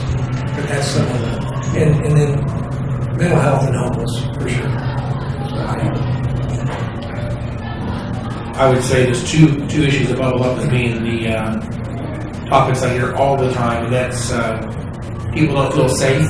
You know, you turn on the radio every morning, you hear about a shooting here and a shooting there. And I don't mean across the country, I mean right here in Wichita and Sedgwick County. Every day there are things that happen that makes you feel very vulnerable. And I think that message is a huge wet blanket for being happy about where you live. You've got to, I think we need to deal with this issue of, again, I know this touches the homelessness issue, the substance abuse issue, but the end of impacting those issues is we have less vandalism, we have less petty crime, we have less stolen cars, we have less people running away from fender benders, we have people don't have to leave they should lock their doors, but if they don't leave their doors locked, someone doesn't just jump in their car and rifle through their stuff and steal things out of the car. It just changes the feeling of your community when you've got crime that's, in my opinion, out of control. It's getting worse. And I just sense it's getting worse. My anecdotal feeling is it's worse. And I don't know how to get it better, but it seems worse. Maybe it ties back to these other issues we've already talked about. But public safety that's effective and to get this thing turned around is a big problem. And the second thing I hear about all the time, every day, is the economy. People are struggling to pay their bills. The price of food, the price of gas. And you drive around, you see all the potholes, you see houses that are not need to be painted, have windows boarded up. You see just the economy is just so challenging, and I don't know what we can do. But one of my takeaways of that is we're asking the federal government to do too much. And I think they've made a lot of decisions in the last couple of years that had a huge and direct impact on the rate of inflation and the interest rates, and on it goes. And so I think it's a bit irresponsible for us to continue to look for the federal government to increase spending. I know that every program that's out there, our hands are going to be out there trying to get our fair share back. I don't want to ask them to do more and more and more. To me, it's shifting the burden of government from local to state and from state to federal. And I just think our messaging needs to be clear that we're not asking them to spend more money. I want to rein this back in because the economy, in my opinion, is so skittish and so undeterminable. I don't know what the future holds. I am worried about it, and I think people around us are worried about it. I appreciate those comments, but I would say that it's very important for this kind of commission to. It's a question, what do we do about it? What do we do about it? I think the best thing that we can do about it is actually control the things we can control, and that's getting us back to our core functionality. Crime, substance abuse, behavioral health issues. What we can do to control that is get staffing stability where it's supposed to be in our core functions so that we can perform good government service. And we can't get to good government service, we can't get to reform in the jail, we can't get to reform in comm care, can't get to making the changes we need unless we first get the staffing stability. So I think that has to be of preeminent importance to this commission, and that's got to be top of mind, and that's got to guide the way. Because that's the thing that we can control. We can move us forward in staffing stability. We get to staffing stability, we can get to good government service. When we get to that point, we can talk about some of these reform measures that we need in order to accomplish some of the bigger goals that we have. But, a lot of people, when I talk to people about quality of life things, they talk about roads and they talk about things that the city government's doing. People are very much confused about what the Sedgwick County government is supposed to be doing, and I think there's an opportunity for us to communicate better about what our core functions are and to stay focused on our core functions and do it well. And that begins and ends with staffing stability. So I would say, in answering that question, what is it that we can do to move the needle? It begins with staffing stability, and that should be our focus in this budget.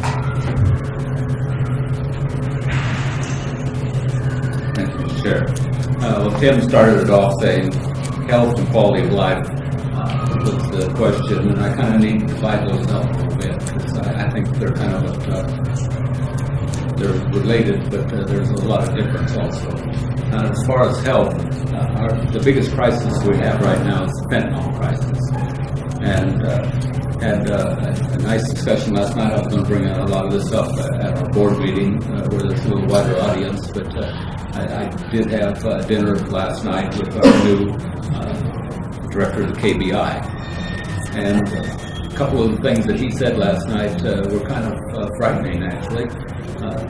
He said right now in Kansas area, if you want to buy a pill, and any pill that you're buying probably has fentanyl in it. There's better than a 70% chance that it's laced with fentanyl. If you bought one today in Sedgwick County, it would probably cost you $20 for a pill.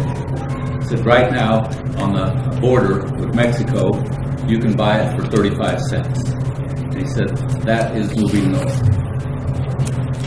So you think we've got a fentanyl crisis today, wait until that you can buy that pill for 35 cents here, and we won't have enough room in our forensic science center for all the bodies that we're going to have in there as a result of overdoses. So we're going to have to spend a lot more time and effort trying to figure out what we're going to do with the fentanyl crisis. That's going to be the future of our health care. If I take the second half of yours on quality of life, quality of life is important to the workforce, because if we don't have quality of life here, we're not going to attract the 2,000 people we need for Integra, for all of the thousands we need for all of these other jobs that go along with a huge operation like that, with everything else that our community is developing today. We have to have quality of life. So I am a strong supporter of the Greater Wichita Partnership. We couldn't do the things that Greater Wichita Partnership does if we took that function over for the county. Our investment in that is paying off many fold. So we're going to have to keep an organization like that around to develop, to help us develop the workforce to find the people that we need. Just the other day, Commissioner Lopez and I were speaking with Jeff Fleur, and we read in the newspaper that all of these different high-tech companies are laying people off. Well, those are the people we want. So what's GWP done? They've gone out and they could actually get a hold of the contact information of the people that were laid off, and they sent out 1,500 emails, and they're getting flooded with people that want to move to Wichita, Kansas, because they've been laid off someplace else, and we can provide them the jobs here. So we need to make sure that we have the low cost of living here. You can buy a home pretty cheaply or rent, but more than that, and I've lived all over the United States, the property tax, and we talk about property tax relief.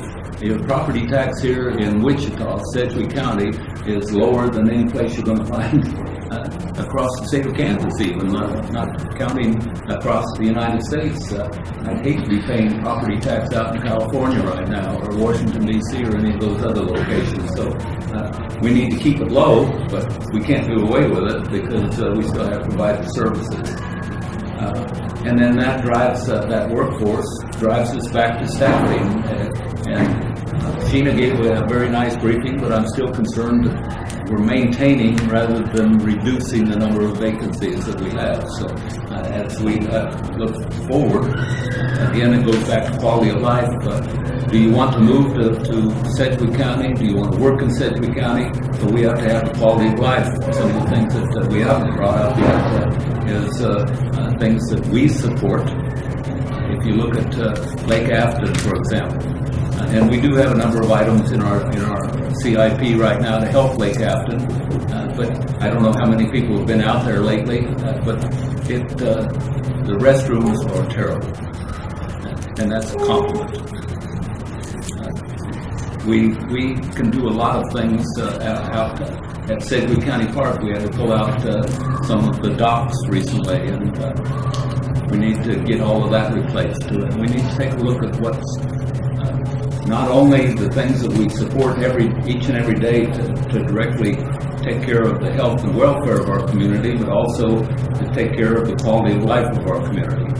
So they're kind of coupled.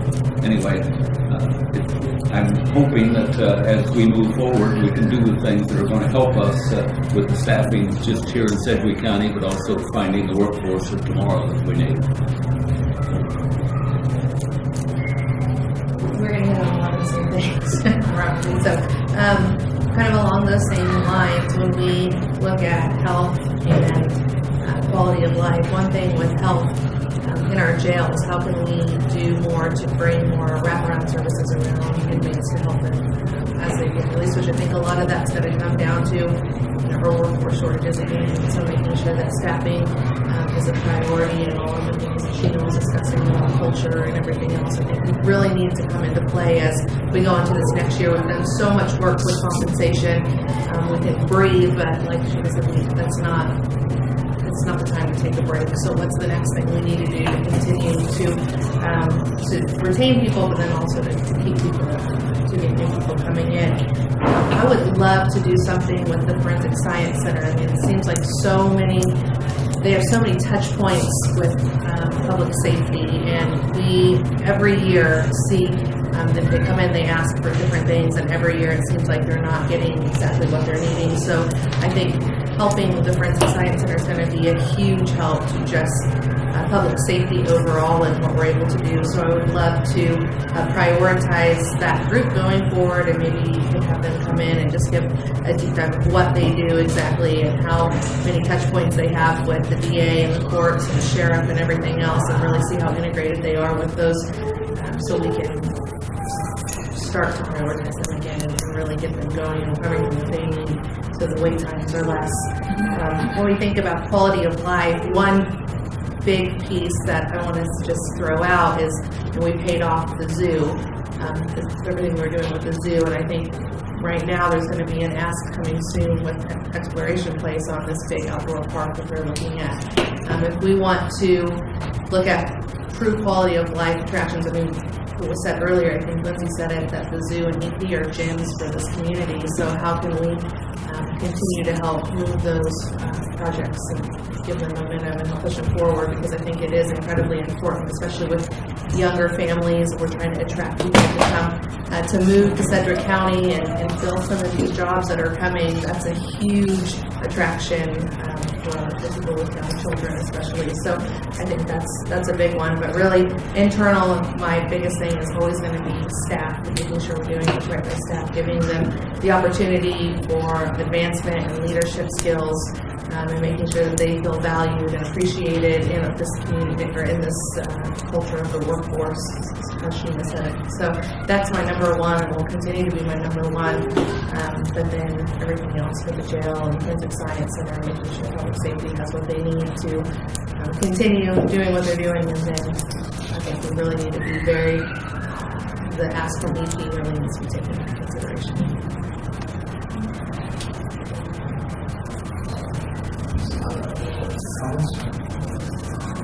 All right, Dan, what else you got?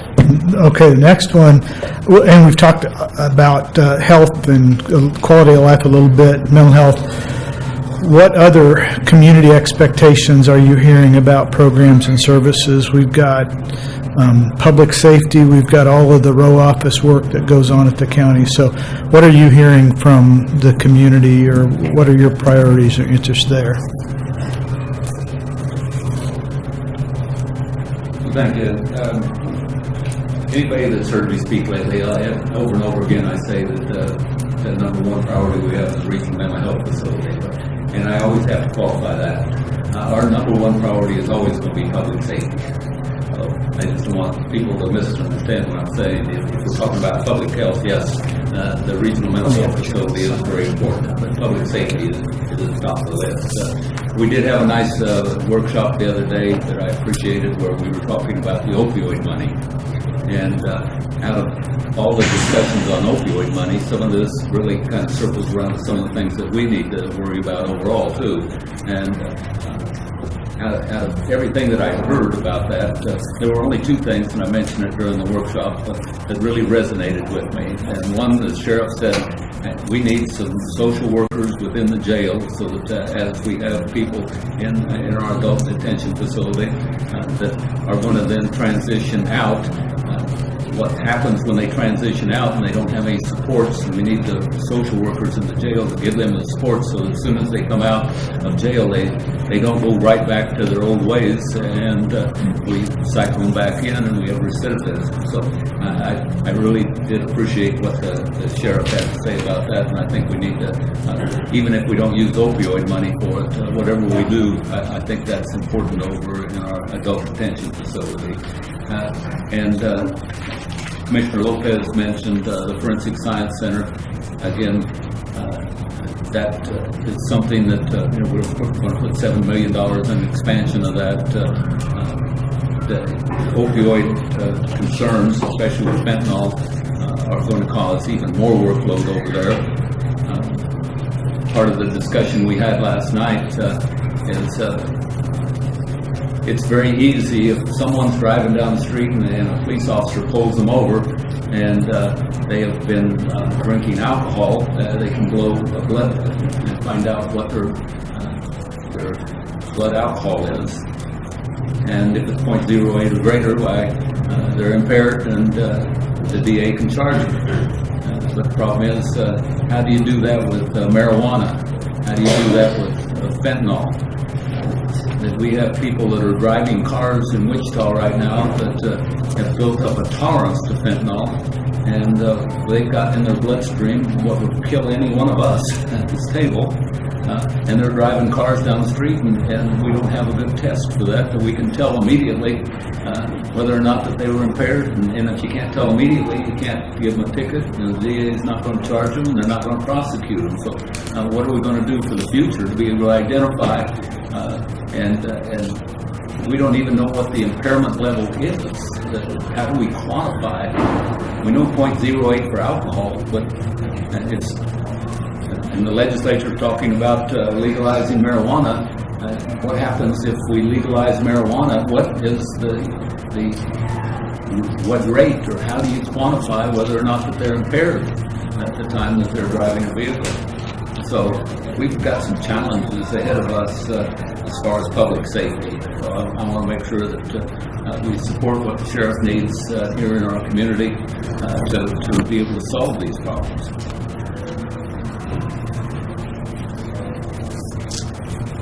Good points. I think, plus with that presentation with the forensic science, if there's just a one-time purchase and another piece of equipment that Dr. Stedman needed, that resonated with me, that could help a lot.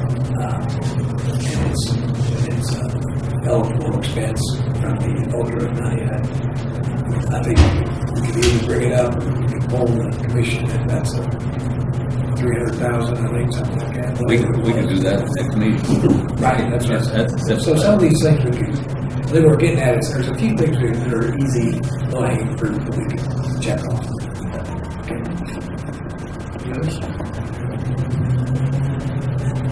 Talk about what the public expects, and again, it's one of those things where I think I heard Commissioner Beatty say this a while back, maybe one of the commissioners talked about this. They said most of what Sedgwick County provides is services that you need on the worst day of your life, type of thing.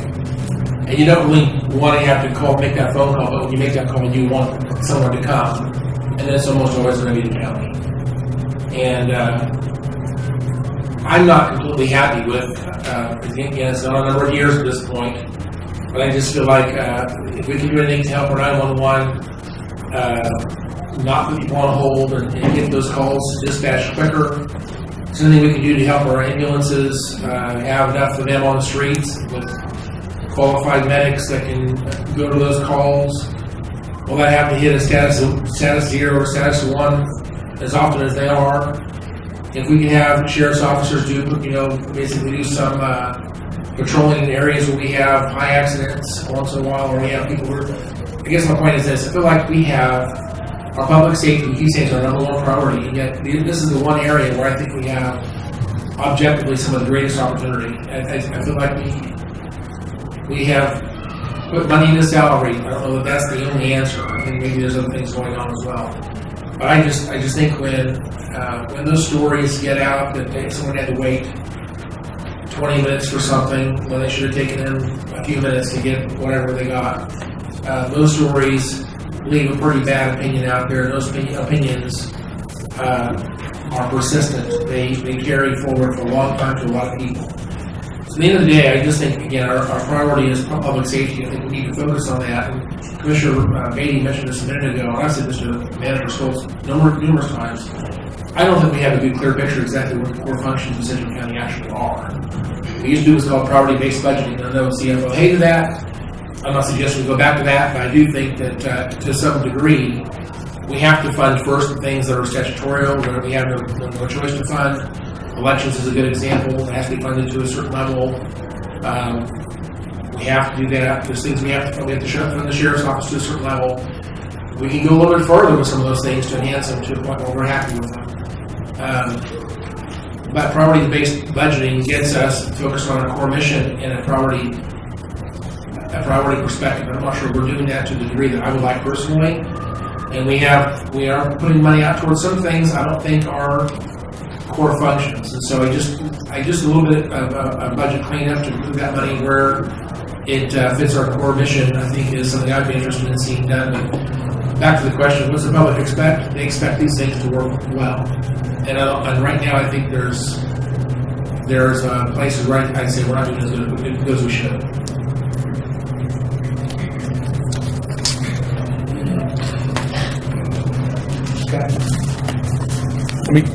Let me tally here. I've got 7 items. Let me just take a little bit to go through. I'm hearing deep dive into CommCare. It's workshop material, and of that, comprehensive plan regarding biomed, social service hub, et cetera. All of that becomes part of that discussion. Update on mobile mental health, that part of that discussion. Workforce stability, part of that discussion. Then I think once we take the deep dive and we get the snapshot into what the expectation of CommCare is, then we talk about funding, which was also mentioned a couple times in here, whether that's a tax referendum or where the money comes from. So that's number 1. Number 2, and we already have planned a compensation workshop, staffing stability, PTO. If we want to peel off and go into PTO in that meeting, total revamp of sick leave, vacation leave. That's all going to have to be commission policy driven. So we bring up when we have our compensation workshop, we'll go into all that. Number 3. Drainage and flooding issues. I think makes sense to have Lynn Packer give us a deep dive into those issues and create, as commissioners have asked for Joan to create, the perfect plan. What's the perfect plan look like for drainage? And it'll be a price tag on it. And then we'll talk about funding. Number 4, fleet. We've danced around the topic here today of personal vehicle being used there. Bo is ready and is already doing an analysis on fleet. I think we bring him in and we give not only a fleet overview of where we currently sit and what our replacement plan is, because Commission has asked for that in the past too, a refresher, but we begin to talk about shortages or challenges of fleet of Sedgwick County because it's significant regarding operations and staffing. Public safety discussion. Perfect workshop topic. We bring all the players in, and just the players we have: Regional Forensic Science Center, Sheriff, Courts, DA, 911. Talk about fentanyl during that discussion. Bring in WPD or other municipal police departments who are integral to public safety in this county, and we bring that together and we do it in a workshop format. We make it public, and we talk about challenges, and we talk about costs, and we talk about the future. What am I up to? 1, 2, 3, 4. 5. Let me come back to the quality of life summary. Perfect workshop topic.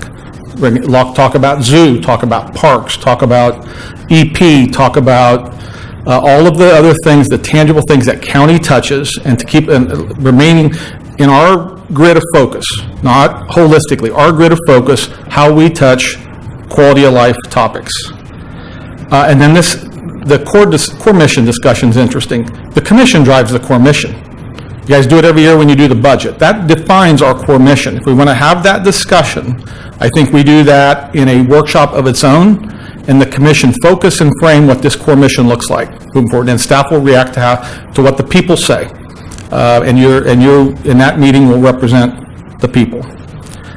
I'm pretty clear on all of those. I'm a little fuzzy on economy, and I'm looking at you, Commissioner Howell, on federal taxations and taxation rules and laws. I don't know that we as county can necessarily impact that. You raise very interesting topics, but I'm not sure what to do or how to go forward with that. The rest of these, I think we can manage and put out for a further discussion, deep dive discussion in workshop format. Did I miss anything, or is there something else that you want to add? I agree. Tom, I think we address things that are in our lane of traffic. I'd love to, I'm sure you were kind of on a roll earlier, but I'd love to solve some of these national problems that affect us locally, but some of that stuff is not really in our solvable future. Okay. So that's just my thought. The only other thing I'll add to this. Inflation and the price of eggs. So the only other thing I'll add to this is there are some opportunities. Oh, you'll go there? All right. Just a second, though. The question was, what are people worried about? And that's what, I answered the question. I hear you. Did I say that we can solve these problems? No, you asked the question, someone did. What are people worried about? Now, and by the way, there are some state issues that are not federal, but they're state. We certainly have a bigger impact on the state level kind of stuff. Mm-hmm. The state's spending record level number of dollars this year. And again, I see that there's a temptation for local electeds and personalities and state people just asking the feds to do more and more and more. Mm-hmm. And I'm just simply saying, this mentality's got us where we are today. Honestly, don't kill me, Lindsay, but I wish ARPA had never happened. CARES was needful. ARPA, I'm not sure it was needed. And I just think it was a program, much too late. It didn't do as much good as it should have. And we're paying the cost through unemployment, I should say through economy issues and energy costs and all that. I think are a consequence of basically a bad program. And we just last December, they did another $1.7 trillion package.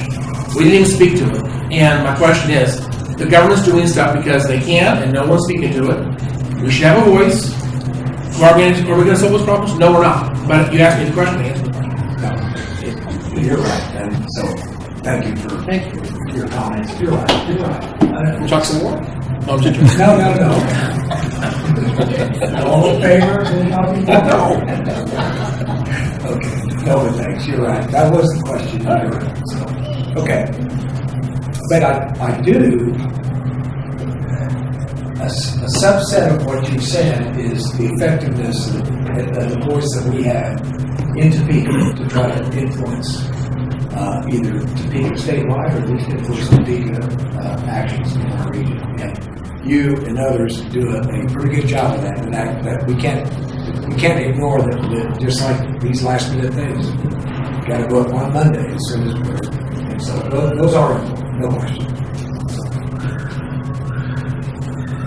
What'd I miss? Anything hanging out there yet?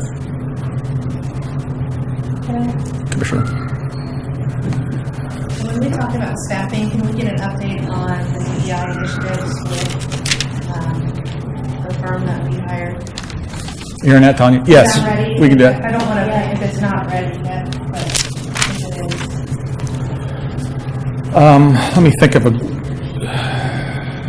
Yeah, I mean, we may have to carve that out separately and just make that a staff topic for a Tuesday. Yeah, we'll get that. Okay, Tom. Thank you. Okay.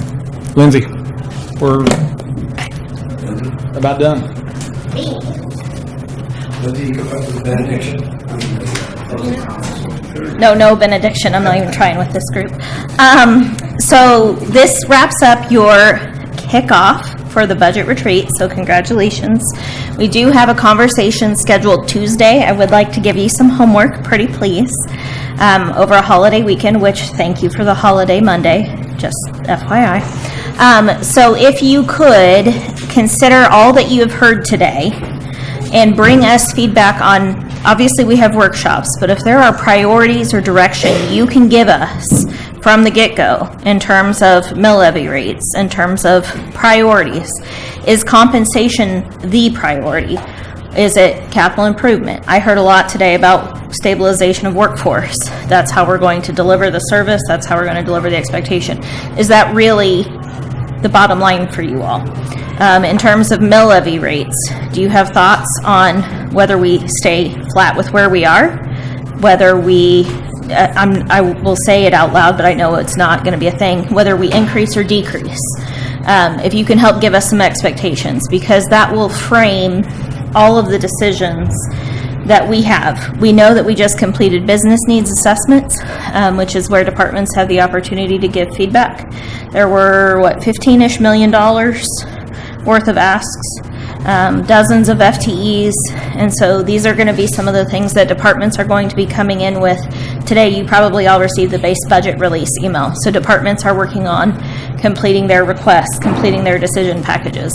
As they are doing that, it helps us to know what your expectations are so that we can guide them properly and help give them proper feedback and help manage expectations. So if you can have that ready for Tuesday, and then Tom recapped nicely the 7 items that he heard from this afternoon's discussion and also from the things this morning. But if there are other topics or other thoughts or other deep dives you'd like us to do, we would love to be able to get on this. This is going to be a long budget process because there are so many huge unknowns out there. So we're probably going to go more in depth more quickly than we have in the past. And it also would be wonderful if you could come Tuesday with some ideas on that budget calendar. If this is going to give you the proper venues for feedback that you want. Do you want to have different styles of public or of budget hearings in May? Do you want to have a different style of public budget hearing in July and August? So that would be the homework assignment I would ask you to just kind of think on for a few days and come back on Tuesday ready to share that out with us.